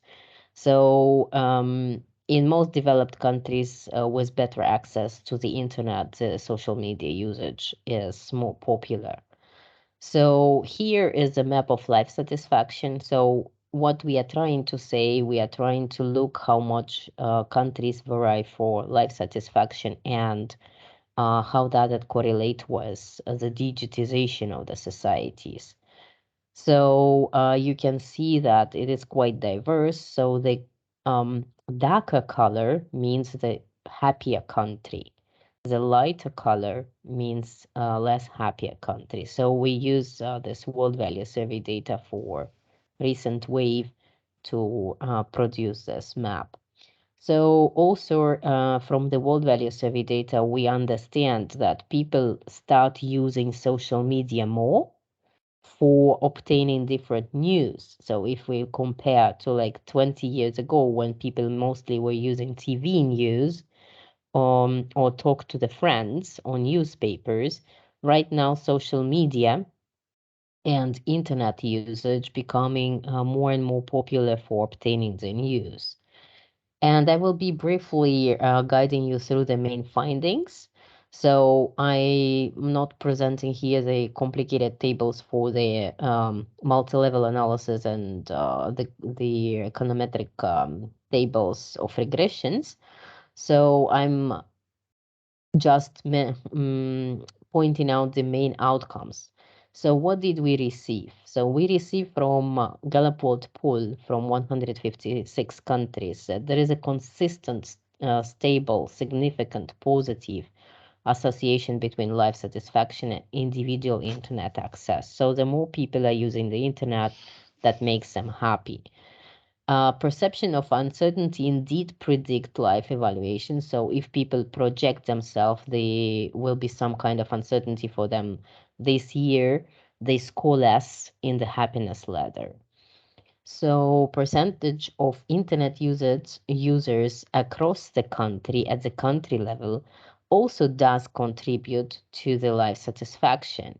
So meaning that the countries with higher internet penetration tend to evaluate lives higher on the ladder.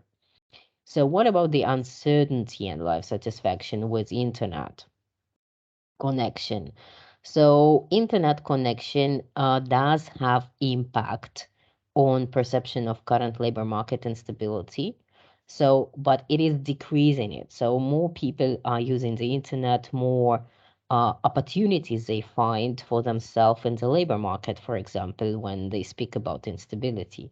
So better opportunities to obtain information on the labor market, decreasing the positive association with life satisfaction in terms of uncertainty.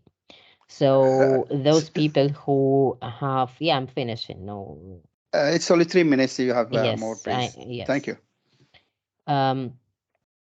So non-active people who have mobile phones, for example, they are feeling themselves less happy comparing to those who are more active on the labor market because they have access to all that information. Maybe they feel disengaged and so on.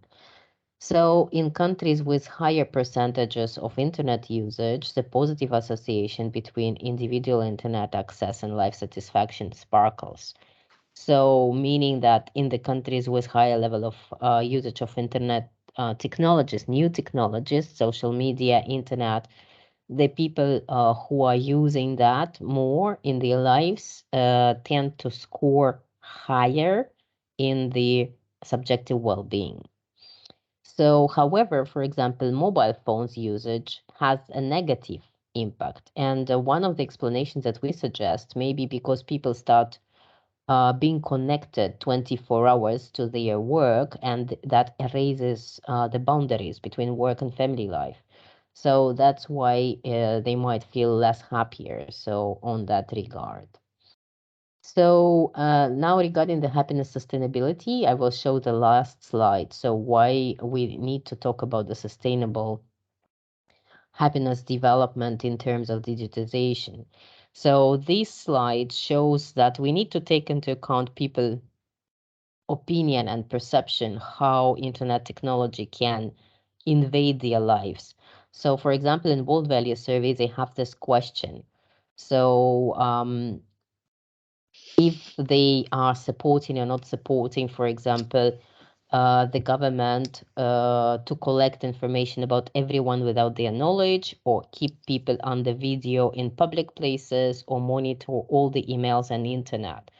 So you can see that the countries do vary in terms of supporting or not supporting that. So here in the slide, you can see the percentage of those who said that should not have the right to collect information about everyone without their knowledge.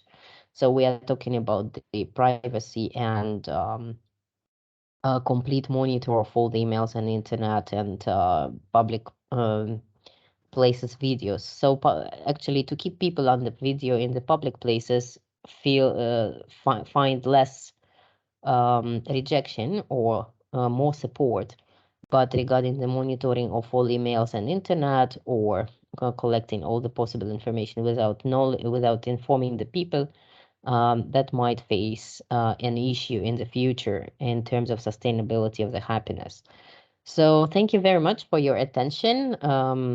I will be happy to answer the questions. Thank you.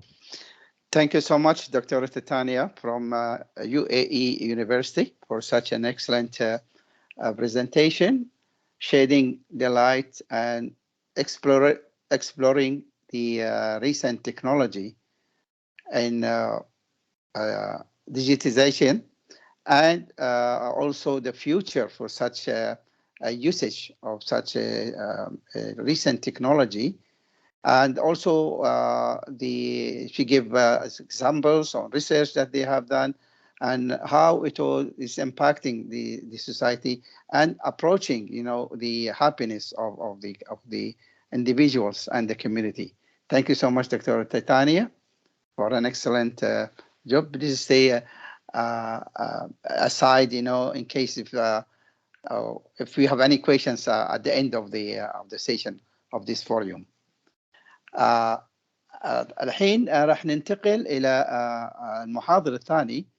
Our next presenter هو الدكتور نبيل حمدي، حقيقة من مؤسسة، وهو مؤسس والرئيس التنفيذي لشركة مياه هواء ذات مسؤولية محدودة.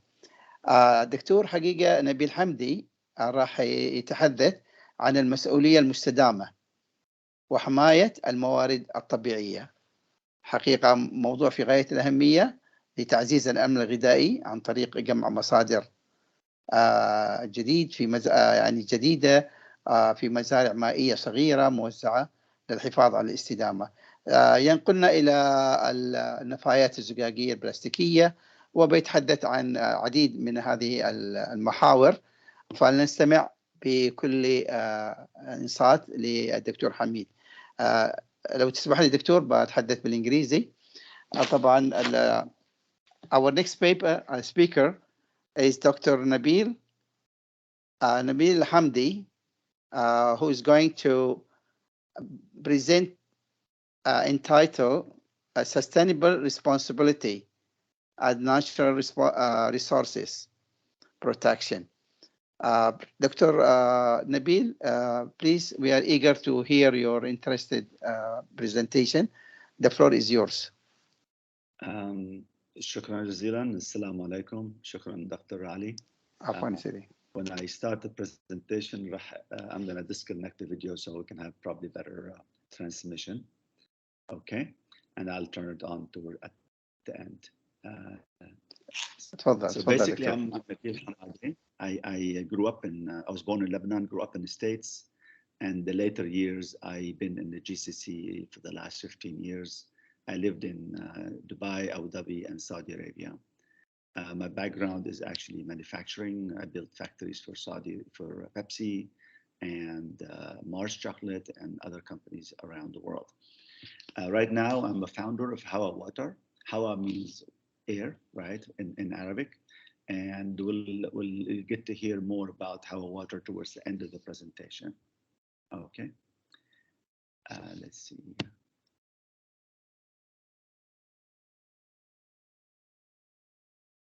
All right.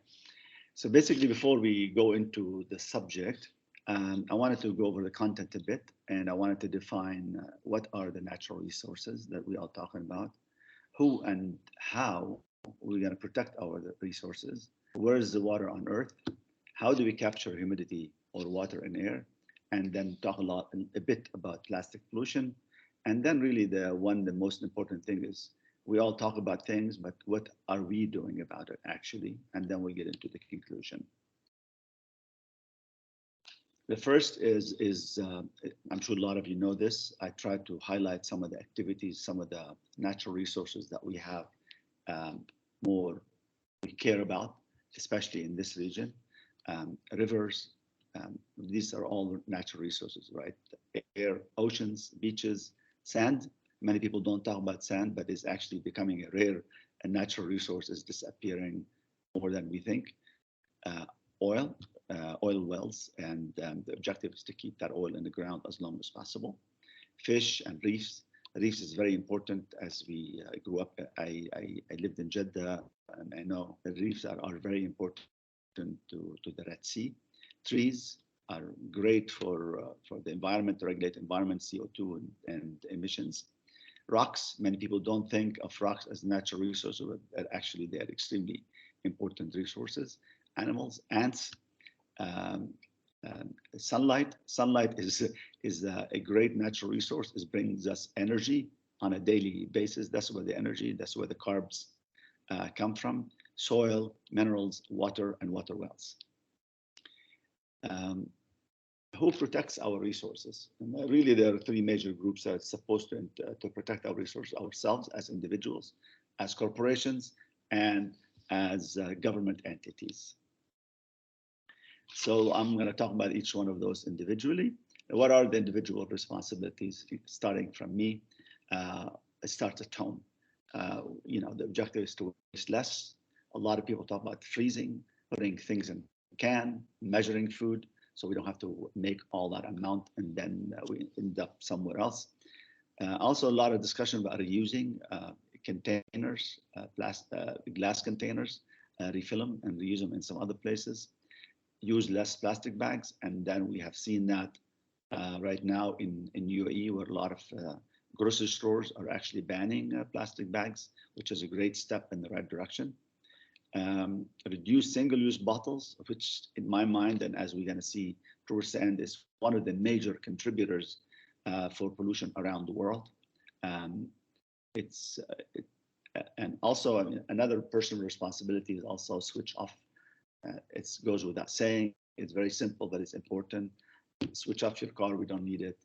Switch the lights off when you don't need it. Switch the water off when you don't need it. And the most important thing is do whatever you feel you like about doing to take responsibility and contribute to the environment.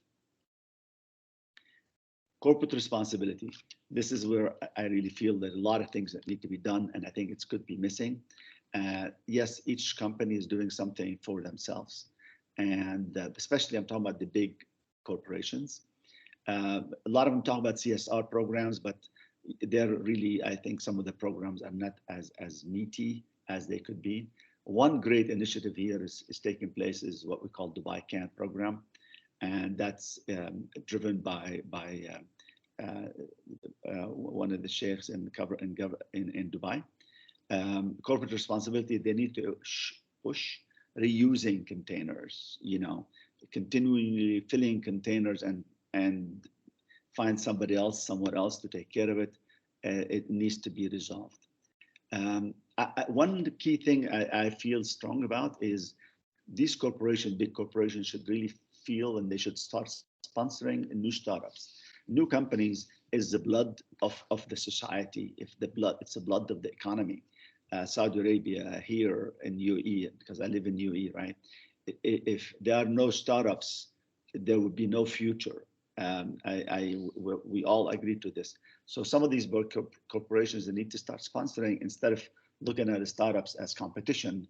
They should really look at them as a future hope for them and for the rest of the society. A lot of conversation today about reaching zero carbon. And then also these corporations need to start adhering and sticking to KPIs that will protect the environment. Some of it is start doing less dumping, less pollution into the environment, into the water, into the air, and things like that.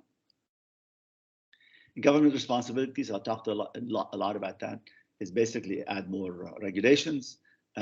Another important thing, and that came up in a couple of weeks when I was meeting with the Dubai Chamber of Commerce, we need the corporation, the government, they need to connect the capital where the money is with the new startups. A lot of big companies, a lot of money is available. They don't know. عفوا دكتور نبيل، العفو منك. السلايدز انا ما اشوفه تغير، هل هو من عندك ولا ستاك عندنا؟ يعني من عندنا ما تغير اوكي now it's okay. It's okay now? Yeah. It's the other slides. Yeah, sure. Okay. Sorry for that. Okay, no problem. You're on government responsibility slide now, right? Yes, government. That's right. Yeah. Okay. So government needs to also give incentives to big corporations and where people have money to invest in small companies. So there's a lot of activities and things government needs to do in order to encourage all these new startups. And a big piece of information that people are not aware of, 96% of the businesses registered in Dubai are SMEs. And this is where it's really the heart of the growth of any society.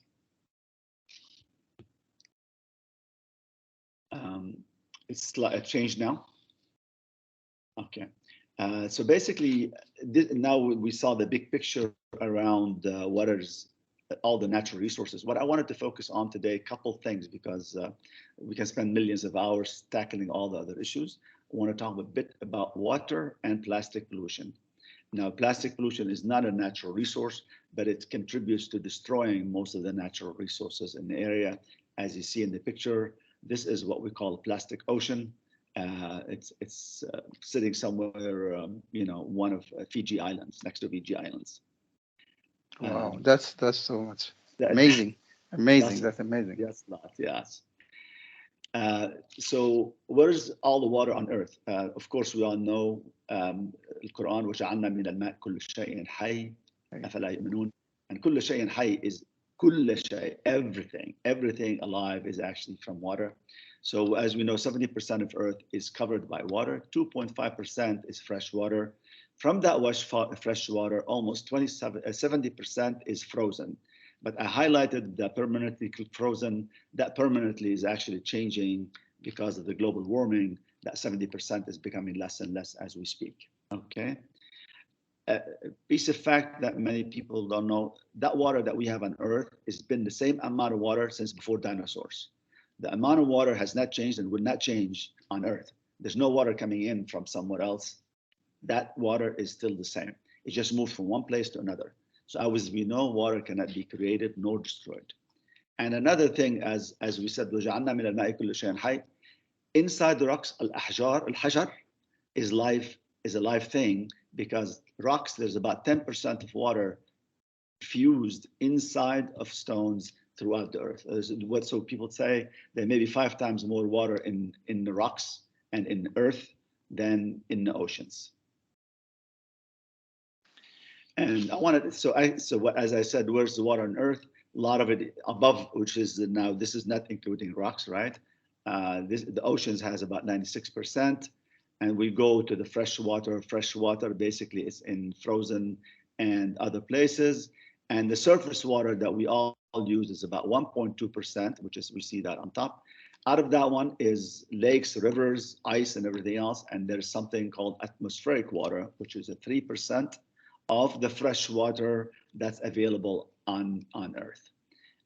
Just to correct that, UAE is only 2% underground water. So 98% of the water in the UAE is actually coming from desalinated water. Now, where's the water coming from in the UAE? Mainly from the Arabian Gulf, because of desalination. About 10% of the drinking bottled water comes from, it's imported. Underground is about 2% of the water. That's where, and irrigation and things like that comes from. And now, as we speak, most of the water would be coming from air, because that's the only other source that we have available in this area. This is your new technology, Dr. Nabil, right? Yes. And I'm going to touch on it. The formation, formation of, okay. Yes. So capturing humidity, and in the UAE, there's about 37 billion liters of water. On a daily basis, we only use 20 million liters. Okay. That amount of 37 billion liters is equivalent at least 1/3 of the Arabian Gulf. at every moment. That water is always coming, so it's always being replenished. And it could be as much as 3 times bigger than what we have in the Arabian Gulf, okay? So we have water. And so how do we capture water? So what I try to do is try to figure out, okay, if we have solar power plant, and how big is that solar power plant and the water regeneration plant needs to be to get all the water we need, which is 20 million liters a day. And if you look at the map, there's a red dot, square dot. That will be the space that we need to generate all the water we need for a long time to come. And that's 50 square meters and roughly at a $10 billion cost. Okay, if you see the red dot or red square. That's amazing. Yeah. That's amazing, really. Yeah. So, and we have sand. Sand is one of the most abundant things here, even though they're becoming rare in some other places. Sand eventually now is being used as energy storage. So we can use that same sand that we in that place to actually store energy. So why capture humidity? We know we have a lot of water in the seas. Humidity is important because that will give us alternative, which is water security. That's what Dr. Ali was talking about. Other than desalination, now we have another source. You can put it in a small footprint, 200 square meters. I can put a factory. It can be in remote locations. And what's nice about it, it's naturally sodium free. ما فيها ملح. ما في ملح بالطبيعة بالمرة. And then it doesn't need much filtering لأنه الطبيعة الهواء it filters بتنظف معظم المي اللي بتطلع عليها أو بخار. So that's the beauty of water in the air, which نحن بالعربي بنقول لها نداء. Okay. Plastic pollution is everywhere, and this is really, I think, it's the worst thing that humans created. And if you find it anywhere, it's a microplastic, plastic oceans, animal food. As you see, the deer is eating plastic bag, rivers, in the oceans, and also in the mountains and sand dunes. You go down sand dunes, you see plastic bags everywhere. Now, we are in a company called Hava Water. What have we done? So I'm always focusing on what are the things that we do actual, tangible, okay? So we created a factory, the first ever in the world, that makes water from air in a returnable glass bottle. So we're using a returnable glass bottle that could be used 40, 50 times. So every time you use it, you're saving 1 plastic bottle, okay? A new water source and could have a major impact on plastic pollution. So what I wanted to give a picture of what does that mean, okay? In the UAE, there's about 10 million liters a day of bottled consumption. Okay, over 10 years, it's 40 billion liters. If you see Burj Eiffel Tower of Paris, that's how much is 40 billion bottles. With our with our company on the right, in 10 years, by having a returnable glass bottle, we save 1.3 billion bottles. That's if it's used once. If it's used 40 times, that number could go up to 40 times and would be equivalent maybe to the picture on the left. Okay. So basically, this is the filtration process that we have here in UAE. This technology is designed and built in the UAE, so it's owned by this country, and we did not import anything. We did not go to Europe and buy a machine and say, come over and build the machine and plant for us. This is designed and built here, okay? So basically we do condensation, we do filtration and mineralization, and we put it in this returnable glass bottle. So it's a patent, Doctor, right? Is it patented? We have not done patent, but we have decided to do intellectual property because I'm a Mars guy, and Coke and Pepsi, and most of them don't have patent, have IP. But this is very important, I think, you know. I'm sorry to interrupt you, but this is very important, I know. I understand. This is something what we struggle with, but at this point we felt, okay, we have more things to come that we will be able to patent. And that's really, we think, what will give us another edge on top of this. Yeah, thank you. So I talked about the corporate responsibility.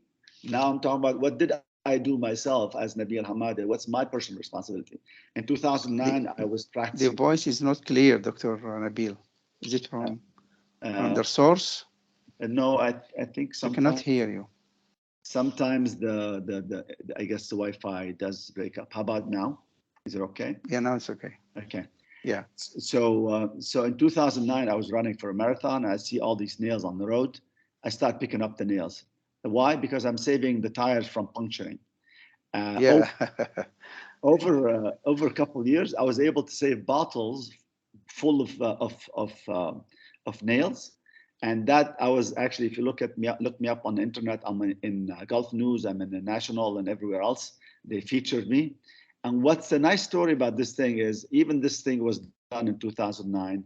When we moved back from Saudi to Abu Dhabi, my kids were going to Raha school, and I was stunned to see Raha school. They were teaching the kids the story that actually was listed and posted about me in the National.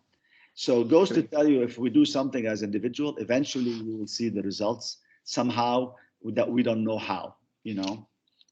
In conclusion, yes, we have issues. Can we fix this? It's in my hand, it's in your hand, in everybody else's hand, because we can just say it's not my responsibility. We are responsible, but if we don't, we know nature will find a way. Only thing I can think of is Tyron Ababil, you know, or some other ways that nature will come in and fix things when humans fail to fix it. But we do have a chance, we have an opportunity to fix this issue. Thank you very much. Thank you so much, Dr. Nabil, for an interesting, amazing, you know, information and knowledge. Dr. Nabil, I have, you know, a concern. You know, UAE now is highlighting, you know, a sort of advanced technology that they are really want to, as I've been in the field of environment for the last 45 years, I know, and we have started this sort of pollution concern, and try to avoid the excess of polluting the environment in UAE with plastic, especially any. First of all, this is very important. The water, the hawa ma. Yeah. This is important for you. It's to patent it in UAE, and it's going to give a good support for UAE to be a pioneer in this field, and this will help also many remote areas and desert, you know, places where there is no, of course, source of water, or maybe very rare, but with high humidity. So the concern can be solved in not having the water from that areas, you know. This is very important.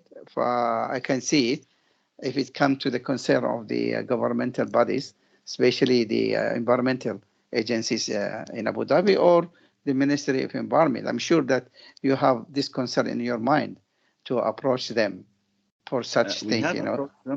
Yeah, we have approached. We haven't heard anything back. That's what I was talking when I was talking to Dubai Chambers in this conference that we had.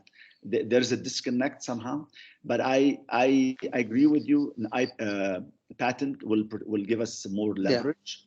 Yeah. The challenge for patent is, if you're a small company and you don't have big enough funding, people will take the patent and they come in with the money and they can become much bigger than you.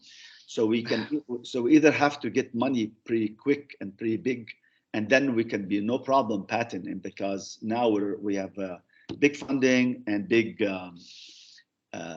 volume. So because we need to grow, we're growing faster than what we dreamed of. Right now, we're in many places. We have sold our capacity now, and then we're waiting for funding to even double and triple our capacity. Dr. Nabil, you know, I attended an oceanography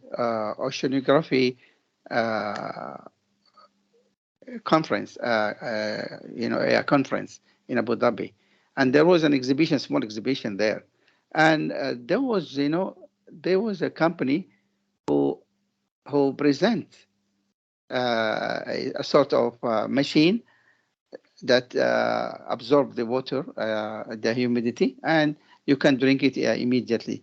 Is that anything have related with you, with your innovation? What we have done, there are a lot of people build what they call AWG, air water generation, or air to water technology. That's only 15% of what we have done. Actually, I have designed that machine 3 years ago, and I tried to promote investment, and nobody wanted to buy machines. So what we said, what we did, we took that concept and we developed the whole bottling technology. So now we have a bottle that you can go to Spinney's, Waitrose, World Trade Center, and buy it there.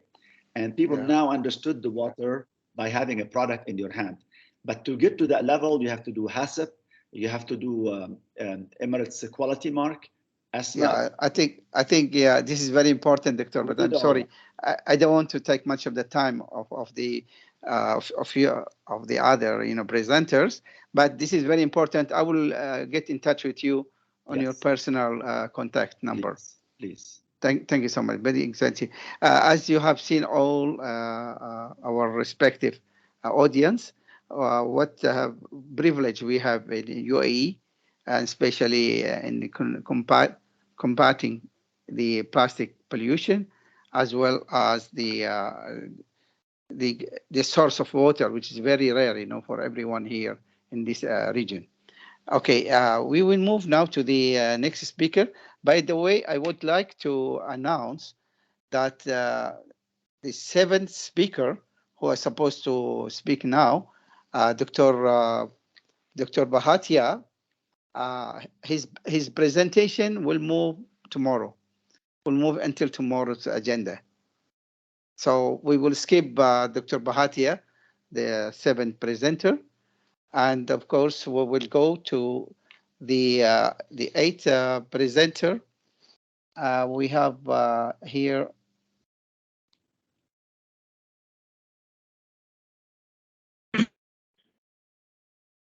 Okay.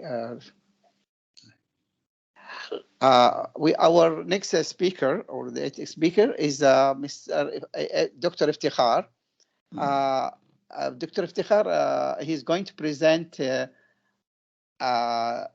paper entitled Sustainable Responsibility to Enhance the Quality of Life. Very interesting, very catching title. Dr. Iftikhar is the Area General Manager of Pahi Ajman, Palace Hotel and Coral Beach Resort in Sharjah. This is very important from the private sector involvement in enriching, the experience of sustainability from their from their own experience. Sustainable responsibility to enhance the quality of life is the title of Dr. افتخار. طبعا الدكتور افتخار راح يتحدث بهذه المحاضرة القيمة التي راح يلقيها.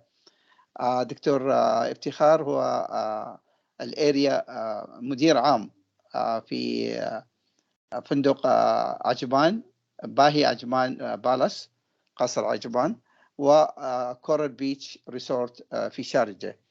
دكتور افتخار حقيقة we are pleased about this. بيتحدث طبعا عن المسؤولية المستدامة التي طبعا تعنى بتطوير جودة الحياة في حياتنا. طبعا الوقت لك دكتور افتخار بيكون 20 دقيقة إن شاء الله. وراح I'm going to alert before the end of your presentation by 3 minutes to inform you. So please, the floor is yours, Dr. Iftikhar. You are most welcome. Thank you very much, Professor Ali Al-Amoudi, and all the honorable guest speakers.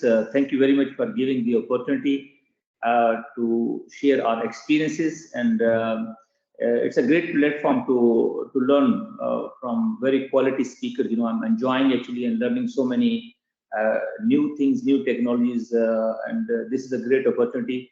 And thank you to our organizer for giving us this opportunity.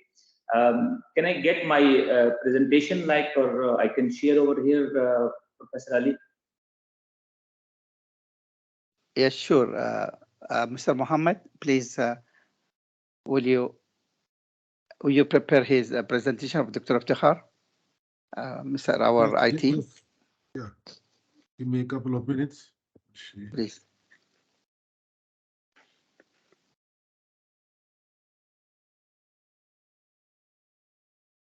Can I know the name of the presentation? Yeah. Is it coming now? Because I'm just, is it okay? Yes, sir, this is the one. Yes. You can see now. Yes, it's coming. We can see it. Good. Fantastic. Thanks God that it came from your side. It's good. Yeah. So I just finished here. So thank you very much. As I mentioned earlier, that it's really, great opportunity that all of us, we are together, and I'm so happy to be a part of this beautiful club for changing, things within our daily operation. I'm working as the area general manager, as Professor has already introduced to me. I was completely blind till 2010 about the sustainability and green initiative, till I realized that it's really very important, and we are just closing our eyes. So I am the one, I introduced the first compost machine in 2011. I engaged myself and my team when I was working as a cluster general manager in one of the property in Windham in Ajman.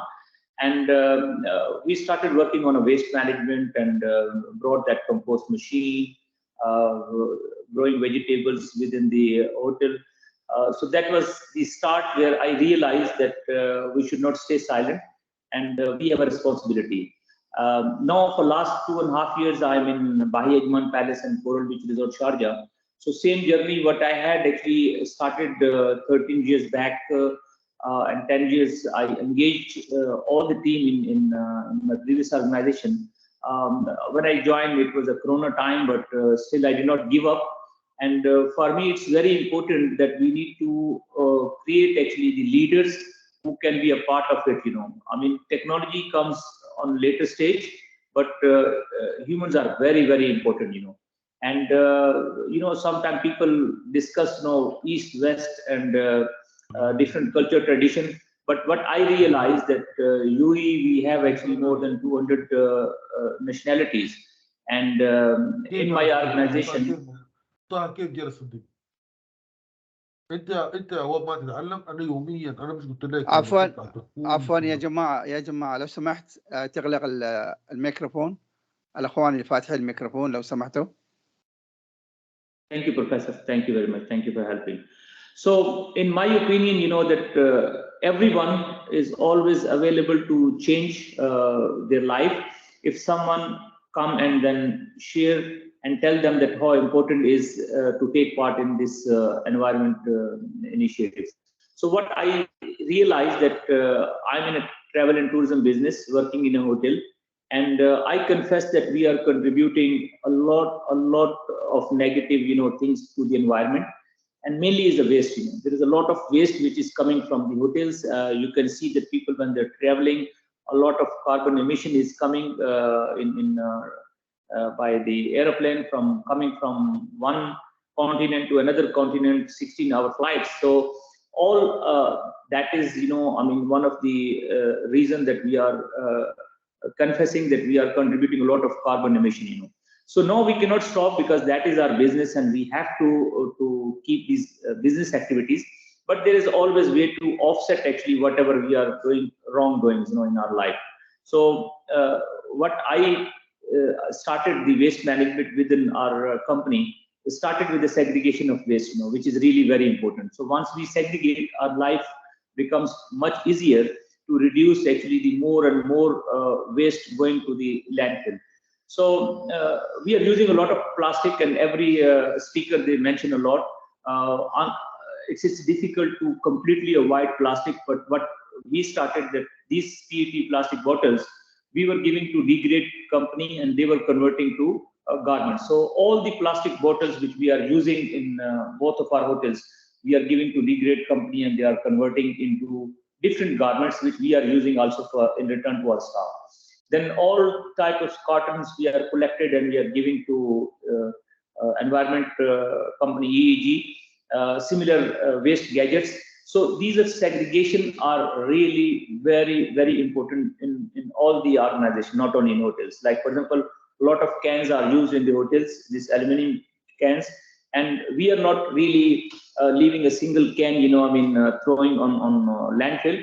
Actually, we are collecting and we are giving on a weekly basis to EEG, where we are getting certification. Then all the discarded linens, because we are using linen in our rooms. So all those discarded linens, actually, we are converting into reusable bags, which is very easy actually, and with a very printable, our logos. And not only that, our staff they are using, but even we are giving this as a gift to our in-house guests. They are going back in their countries and they are reusing this bag, and other important thing, which is a lot of waste, which is used cooking oil in our hotels, in the kitchen, because we have many liters of the wastage of cooking oil from the kitchen on daily basis.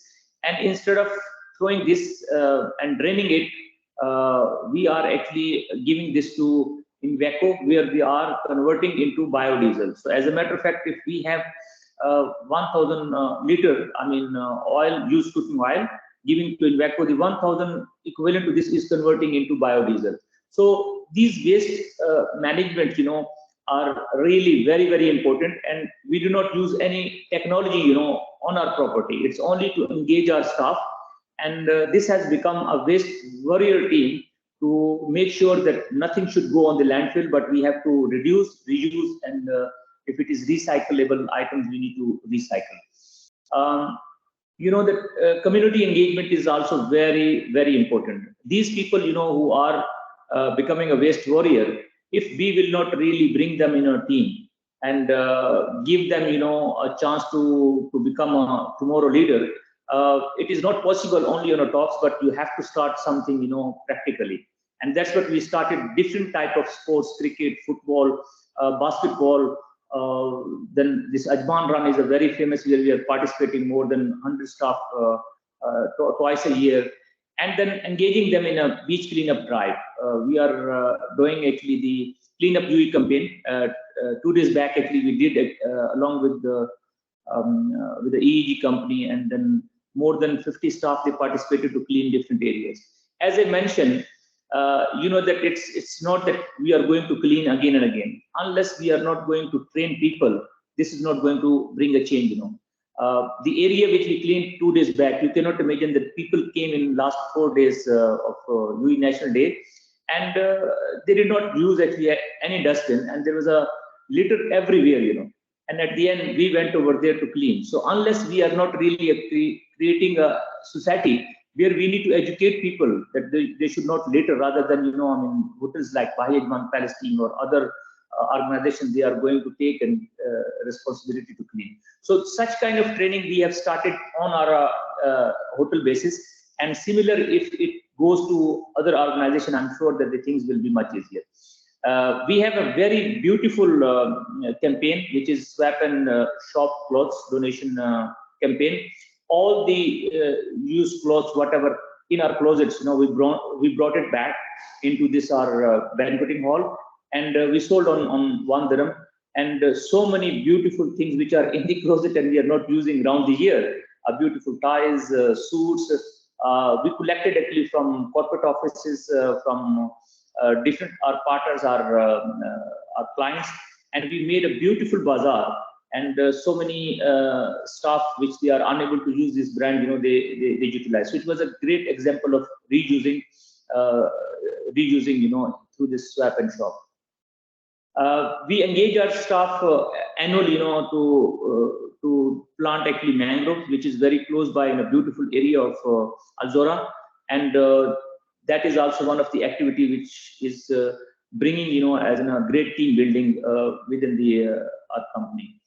That all these things which we are doing as an CSR is no longer nice to have, but it is really need to have.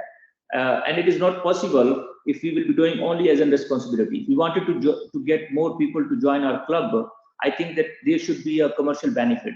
And in my opinion, commercial benefit is a lot. Like when I'm engaging a team, the staff turnover reduces from 60% to 2%. You know, nobody is leaving. You know, it's a great team building because we started taking care of each other. You know, socially, you know, we are coming together, winning a lot of awards. Also, it's a great team building and reducing all the expenses on our new visas and on a cancellation. You know, and we are keeping this team, which is a winning team. And at the end, it's very important that it has to reflect on the bottom line. And that is witnessing in my personal experience that when you have really a good team, they are the reason of the success, which are bringing the profit, you know, which ultimately, you know, enhancing the quality of life. And it's good for the owner to bring the strong bottom line. You know, that as I mentioned that initially, you know, our focus was to engage the team and to start with small actions, so at least we can build a strong team. But it is important, you know, as I was listening from other speakers, technology can make a big difference. You know, like all the plastic bottles which we are using every day and we are giving to degrade.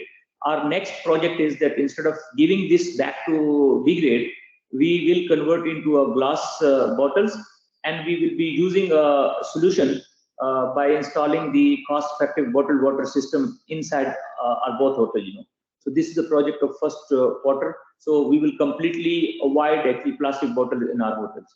Food waste composter. You know, now I mean we are reducing, we are reusing, we are recycling. But then unless we will not have the food waste composter machine, we cannot divert that 90% of the waste going to the landfill. As you know that in hotel, our 60% waste is coming from the kitchen, and that waste is actually going directly to the landfill. So compost machine is our next target, and then macerator machine inside the kitchen, you know, is another project. You know, that environment certification, what I realized, that give us really good guidance, you know, because the checklist what we got from Green Globe certification, it is a delete comprehensive plan actually, which give you idea that we have to take all those things and to become a really a green hotel, you know. So these certifications are very, very important. At this moment, we have the green key, but our next step is to take Green Globe certification. Similarly, you know, that we are using a lot of vegetables which are coming from different countries, fruits are coming from different countries. So we appreciate the local farming, and we are buying actually the vegetable on weekly basis from the local farmers which they are bringing from Ras Al Khaimah to give us the fresh vegetables in both our kitchen, you know. And now we are tying up actually for the hydroponic farming also, because most of the hotels, they don't have a space, you know. And because we don't have a space, so we are unable to grow vegetables within the property. Even my previous property had just 430 square meters, but all the winters we used to enjoy actually, I mean, getting fresh vegetable in our kitchen. So this hydroponic farming is also another our project, which we are starting to make sure that we will use actually the fresh vegetable within our small farm, you know, in our hotel. I did not take much time to all of you, but you know that the message is very clear that unless we all will not really make the difference through commercial objective, we cannot more people to come and bring them in our club, you know.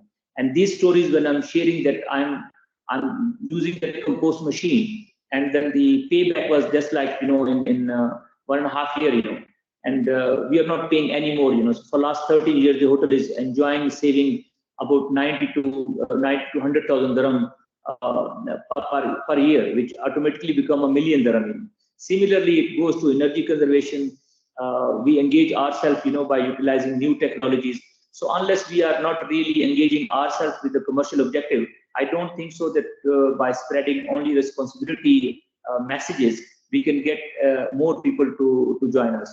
So all the technologies, like for example, which we learn actually through the last presentation from our colleague from Lebanon, it's amazing, you know. I mean, we need to really come forward to utilize and to make sure that we can use those resources which are really free of charge, you know, especially living in this country where we have not 300 days sun, even 365 days sun.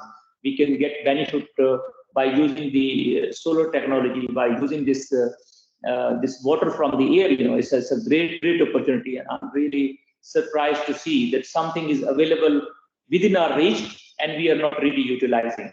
So such kind of, the more sessions, I think, are really very important for all of us. So at least we can take all these good things and we can spread in a different session, So I take a leave, but thank you very much for giving this golden opportunity to share my small, contribution from Bahi Ajman Palace, and from Ajman. Thank you very much. Thank you very much, Dr. Iftikhar, about such a great presentation, and thank you for your short timing as well.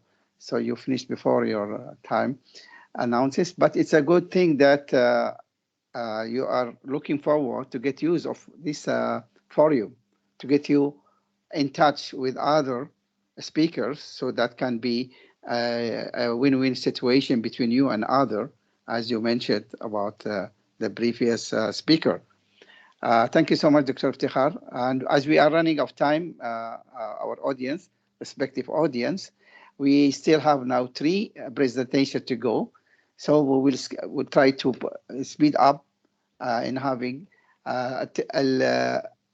المحاضرة القادمة بعنوان تجارب ناجحة في الممارسات المستدامة من جمهورية مصر العربية.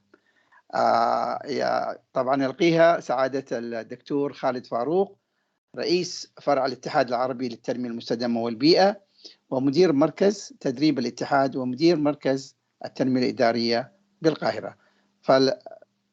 قبل ما أبدأ بالإنجليزي لازم كمان نترجمها دكتور فاروق، عفوا.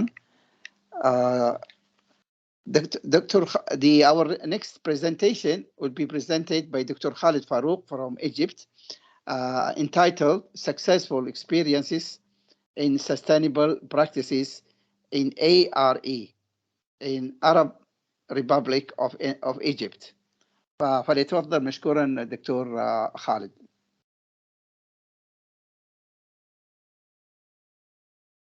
دكتور خالد.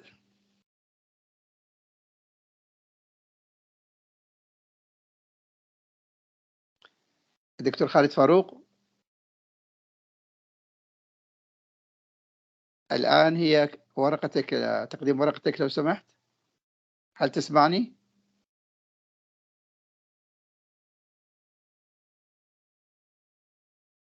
الظاهر أستاذ محمد في الكنترول.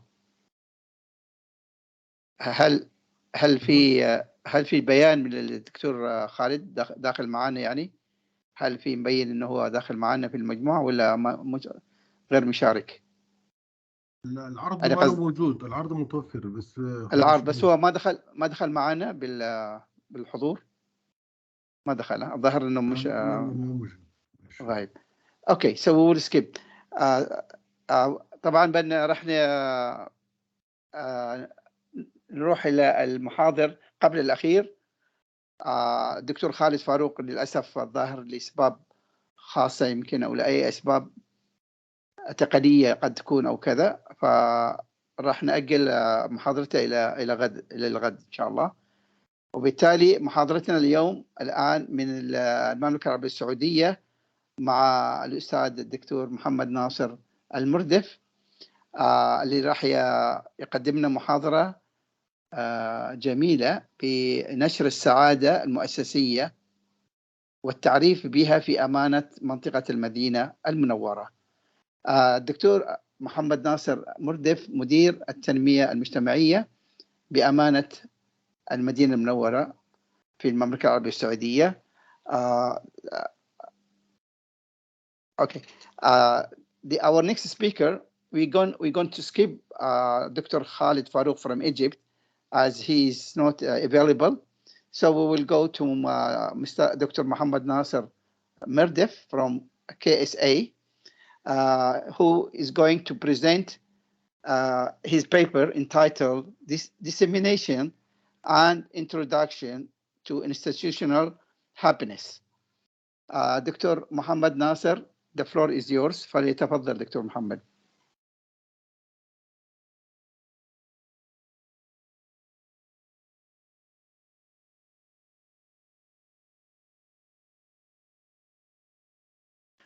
دكتور محمد ناصر المردف.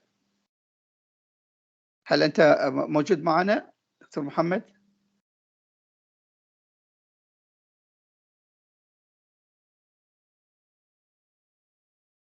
دكتور محمد المردف من المملكة العربية السعودية، هل أنت مشارك موجود معنا في المحاضرة في الملتقى؟ شكله الدكتور محمد ناصر برضه غير متوفر الآن.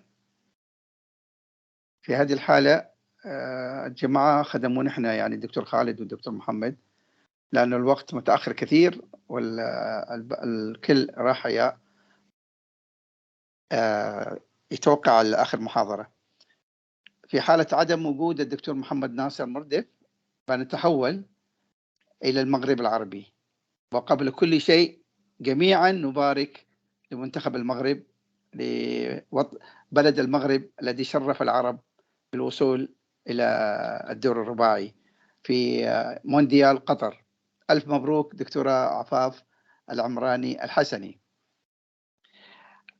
المتحدثة الآن وهي الأخيرة في هذا الملتقى من المغرب الشقيق، الأستاذ الدكتورة عفاف العمراني الحسني، أستاذة جامعية، ستقدم محاضرة بعنوان تكوين شباب ريادي قادر على تحمل المسؤولية والتوجه نحو مقاولة مسؤولة ومواطنة. يا محض الصدف، سبحان الله، محض الصدف. الدكتورة عفاف راح تتكلم عن شباب ريادي قادر في الوقت اللي شباب المغرب حقق انتصار عالمي ولو أول مرة في التاريخ ورفع رأس العرب كلها. فلتتفضل دكتورة عفاف العمراني مشكورة. دكتورة عفاف عفوا بقدمك بالإنجليزي. Our last speaker, as we skip two presenters, so our last speaker is from Morocco, and we have to congratulate the Morocco football team who have gained the success for all the Arab countries by defeating yesterday and have gone to the fourth position in the Mondial 2022. Dr. Afaf Al-Hassani, she's going to present a paper entitled Preparation of Youth for Leadership and Assuming Responsibility and Shifting Towards Responsible Enterprises and Citizenship. So, Dr. Afaf, please, the floor is yours. بسم الله الرحمن الرحيم. السلام عليكم الإخوة والأخوات العرب والإخوة جميع المشاركين في هذا الملتقى الرائع. قبل البداية أشكركم على التهنئات والتبريكات، فهذا نجاح ليس فقط للمنتخب المغربي ولكن المنتخب العربي المسلم والأفريقي. لقد عشنا على أعصابنا الأمس ولكن الحمد لله نعم. كل مجهودات تعطي ثمرها. اللهم لك الحمد. ألف مبروك. بارك الله فيك أخي. سأحاول الآن أن أتقاسم معكم مداخلتي اليوم، وهي عبارة عن مشاركة تتعلق بتجربة رائدة كانت على مستوى جامعية. فأنا باعتباري أستاذة جامعية نعم في مجال الاقتصاد وكذلك المسؤولية ومتخصصة في المسؤولية المجتمعية للشركات والتنمية المستدامة، ولكن في نفس الوقت أنا فاعلة جمعوية. وفي هذا الجمع المبارك أثرت إلى أن أتقدم بتجربة ليس في المجال العلمي ولكن في المجال الاجتماعي والمجتمعي، وكي أسلط الضوء على التجارب المغربية في هذا المجال. إذن تجربة اليوم تتعلق ببرنامج اسمه فضل، الذي يعني باللغة الفرنسية فيوتور اجون ديفلوبمون لوكال، يعني تكوين فاعلين جمعويين في التنمية المحلية، وهو يهدف إلى تكوين شباب ريادي قادر على تحمل المسؤولية والتوجه نحو مقاولة أو شركة مسؤولة ومواطنة. كمقدمة أود أن أتحدث عن فلسفة المشروع، وهو يندرج في إطار المباريات الوطنية للمشاريع المعدة من طرف التلاميذ، لأننا نعلم أن نهضة الأمم لا تكون إلا دائما بالبداية من الجذور، من الأساس. غالبا البرامج المتاحة الآن أو التي بدأنا منذ سنوات تكون موجهة للشباب، يعني شباب بعد التخرج نعطيه حلول للتوجه للعالم المقاولاتي، لإنشاء الشركات عبر تكوينات، عبر تسهيلات مادية إلى آخره، وننسى أن ذلك الشاب إذا لم يكن مؤطر ومكون ومجهز منذ سن مبكرة لا يمكن أن ينجح في التجربة المقاولاتية. لذلك جمعية طارق بن زياد التي أنا أتشرف بوجودي كعضو في المكتب قمنا بتجربة بفكرة لماذا لا نقوم بتكوين الأطفال والتلاميذ خاصة الذين يكونون من فئات هشة، فئات فقيرة، لنساعدهم على تغيير واقعهم الحالي وتغيير مستقبلهم، وبنفس المناسبة تغيير مستقبل الوطن ومستقبل التفكير المقاولاتي ككل، والتفكير في تنمية مستدامة وفي مواطن قادر على تحمل المسؤولية في هذا المجال. إذن هذه هي فلسفة البرنامج، وكانت الخلفية في إطار توجه نحو التلاميذ المتمدرسين بمؤسسة التعليم العمومي خاصة، لسد الفراغ الحاصل في البرنامج أو البرامج التعليمية التي لا تتضمن ما يمكن المتمدرس من التربية على روح المقاولة والريادة. دونك ما نقول ليدرشيب، لا توجد تكوينات في هذا المجال خاصة في السن الصغير. لذلك لا نستطيع تكوين شريحة قادرة على الاندماج في سوق الشغل، لأنني في تجربة من التجارب كنت مسؤولة، كنت في إدارة ما تسمى الوكالة الوطنية لإنعاش التشغيل لإنعاش الشغل والتشغيل والكفاءات بالمغرب، لانابيك، وهي وكالة تهتم بتشغيل الشباب. ولقد عملت هناك مدة 10 سنوات قبل الالتحاق بالتعليم العالي، ولاحظت إلى أي درجة تتأثر التكوين والتربية يؤثر على المسار المهني، ونفس المناسبة المسار المهني والاجتماعي ومستقبل الشباب في بلدنا. إذن فلسفة المشروع تتمحور حول 4 مراحل التي تسير في نهج ونسق متراتب، ولكن في نفس الوقت ذو فلسفة ومنطق. نبدأ بروح التواصل، نحاول أن نزرع في ذلك الطفل، في ذلك التلميذ، روح التواصل كي لا يخاف من الحديث أمام الآخرين، في التفكير، في التعبير عن الآراء. وعندما نؤهله كي يستطيع التعبير عن نفسه، نمر إلى مرحلة ثانية وهي زراعة روح أو زرع روح المبادرة لدى ذلك الطفل. لا نتكلم الآن عن الشاب أو المراهق، وإنما نتكلم عن الطفل، لأن الطفل له قدرة على التعلم أكثر من الشخص الناضج، له قدرة على التغيير إما في ذاته أو في المحيط الذي يعيش فيه أكثر من الشخص الراشد. إذن نطور روح التواصل. عندما يأخذ ثقة في النفس نبدأ نشجعه على تطوير روح المبادرة كي نمر إلى روح القيادة. إذن لا يبقى فاعلا سلبيا أو متفرج، وإنما يمر إلى أخذ زمام المبادرة، ولما لا أخذ دور الريادة والقيادة، لكي نمر بعد ذلك إلى زراعة روح المقاولة. نحن لا نريد فقط موظفين. البلد لا تسير، أو أي بلد في العالم لا يسير بمجرد موظفين إما حكوميين أو في القطاع الخاص، وإنما نحتاج إلى رياديين مقاولين يقومون بخلق فرص الشغل ويقومون بإنعاش الوسط الاجتماعي والسوسيو اجتماعي ككل. إذن أهداف البرنامج: لدينا هدف عام وهو إشاعة روح المبادرة والمقاولة والقيادة لدى التلاميذ. دكتورة لو سمحتي شرائح. سوري؟ شرائح سلايد. لا تقومون أنا بالنسبة لي فأنا أقوم في العرض الصفحة الأولى فقط. واخا لم نرى شيء. شكرا.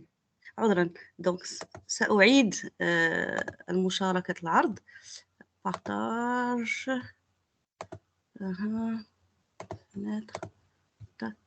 بارتاج. هل تقومون بالرؤية الآن؟ هل نعم. طيب. شكرا. إذن دكتورة ممكن اختيار العرض الشاشة، تكبير الشاشة؟ هذا ما قمت به بالأول لكنه لا يعمل. هل يعمل الآن؟ لا. أظن أن هذه الخاصية غير مفعلة. هذا ما قمت به بالأول. عندما أقوم بغران بلان إكران يعني الشاشة المكبرة لا يعمل. هل هناك مساعدة من الفريق التقني وأستمر على سأعيد البارتاج على أمل أن يعمل. تك تك اختار. هل يعمل الآن؟ هو مرئي يا عفاف، ممكن تواصل إذا حبيت أنا عرضه من طرفنا ممكن. ما في مشكلة، ولكن سيكون مشكل في تتبع الانيميشنز. طيب ممكن تزيدي التكبير صغير هنا، مش تعمليها يعني في زي زوم تحت، ترفع في مزلاج تحت شوية. داكور. ايه غير شوية بيكون أكبر. أيوه هكذا يصير اوكي كده واضح. طيب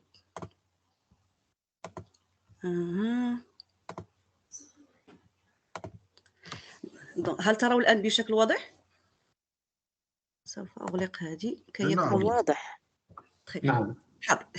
إذن سأتكلم عن الهدف العام للبرنامج، وهو إشاعة روح المبادرة والمقاولة والقيادة لدى التلاميذ للمساهمة في تأهيلهم للمستقبل عبر مجموعة من النقاط، وهي ولوج لتمكينهم من ولوج سوق الشغل كفاعلين لا مجرد طالبي شغل، للانخراط في المبادرة الوطنية للتنمية البشرية التي قام بها المغرب منذ سنوات، ونرى أنها تهتم غالبا بالفئات الهشة والفقيرة، ولكن الفئات الناضجة في مجال التعليم. إذا نحن أردنا أن نبدأ الحلقة من السلسلة من الحلقة الأولى، دونك الانخراط في سن مبكرة والاندماج في النسيج الجمعوي، وكذلك الاهتمام بالشأن المحلي. إذا نريد أن يكون لدينا تلاميذ أطفال الذين سيصبحون في المستقبل شباب قادرين على تحمل المسؤولية والانخراط في الشأن العام، لأن ما نلاحظ ليس فقط في المغرب ولكن في العديد من الدول هو أن معظم الشباب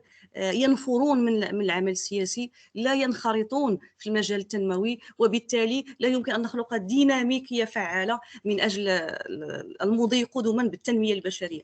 إذن الأهداف الخاصة معذرة دكتورة عفاف، دكتورة عفاف، ظهر في خلل إلكتروني أو التباس إلكتروني بالإنترنت،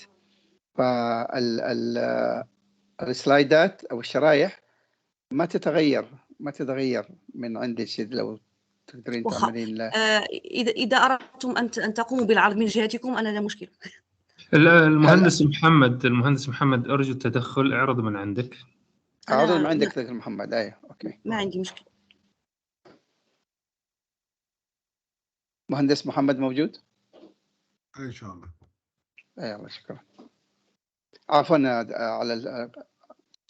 على هذا الخلل البسيط، لأنه لاحظت أن الشرائح لا تتغير. بتبان عندك دكتور عفاف؟ لا الآن نعم. الآن نعم. إذن أنا في أظن الورقة الرابعة، الشريحة الرابعة. هذا الشريحة. نعم.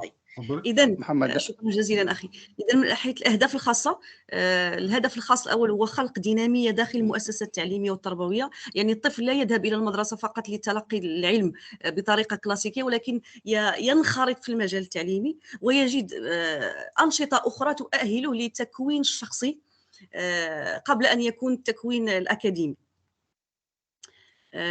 بعد ذلك لدينا تكوين شخصية الطفل،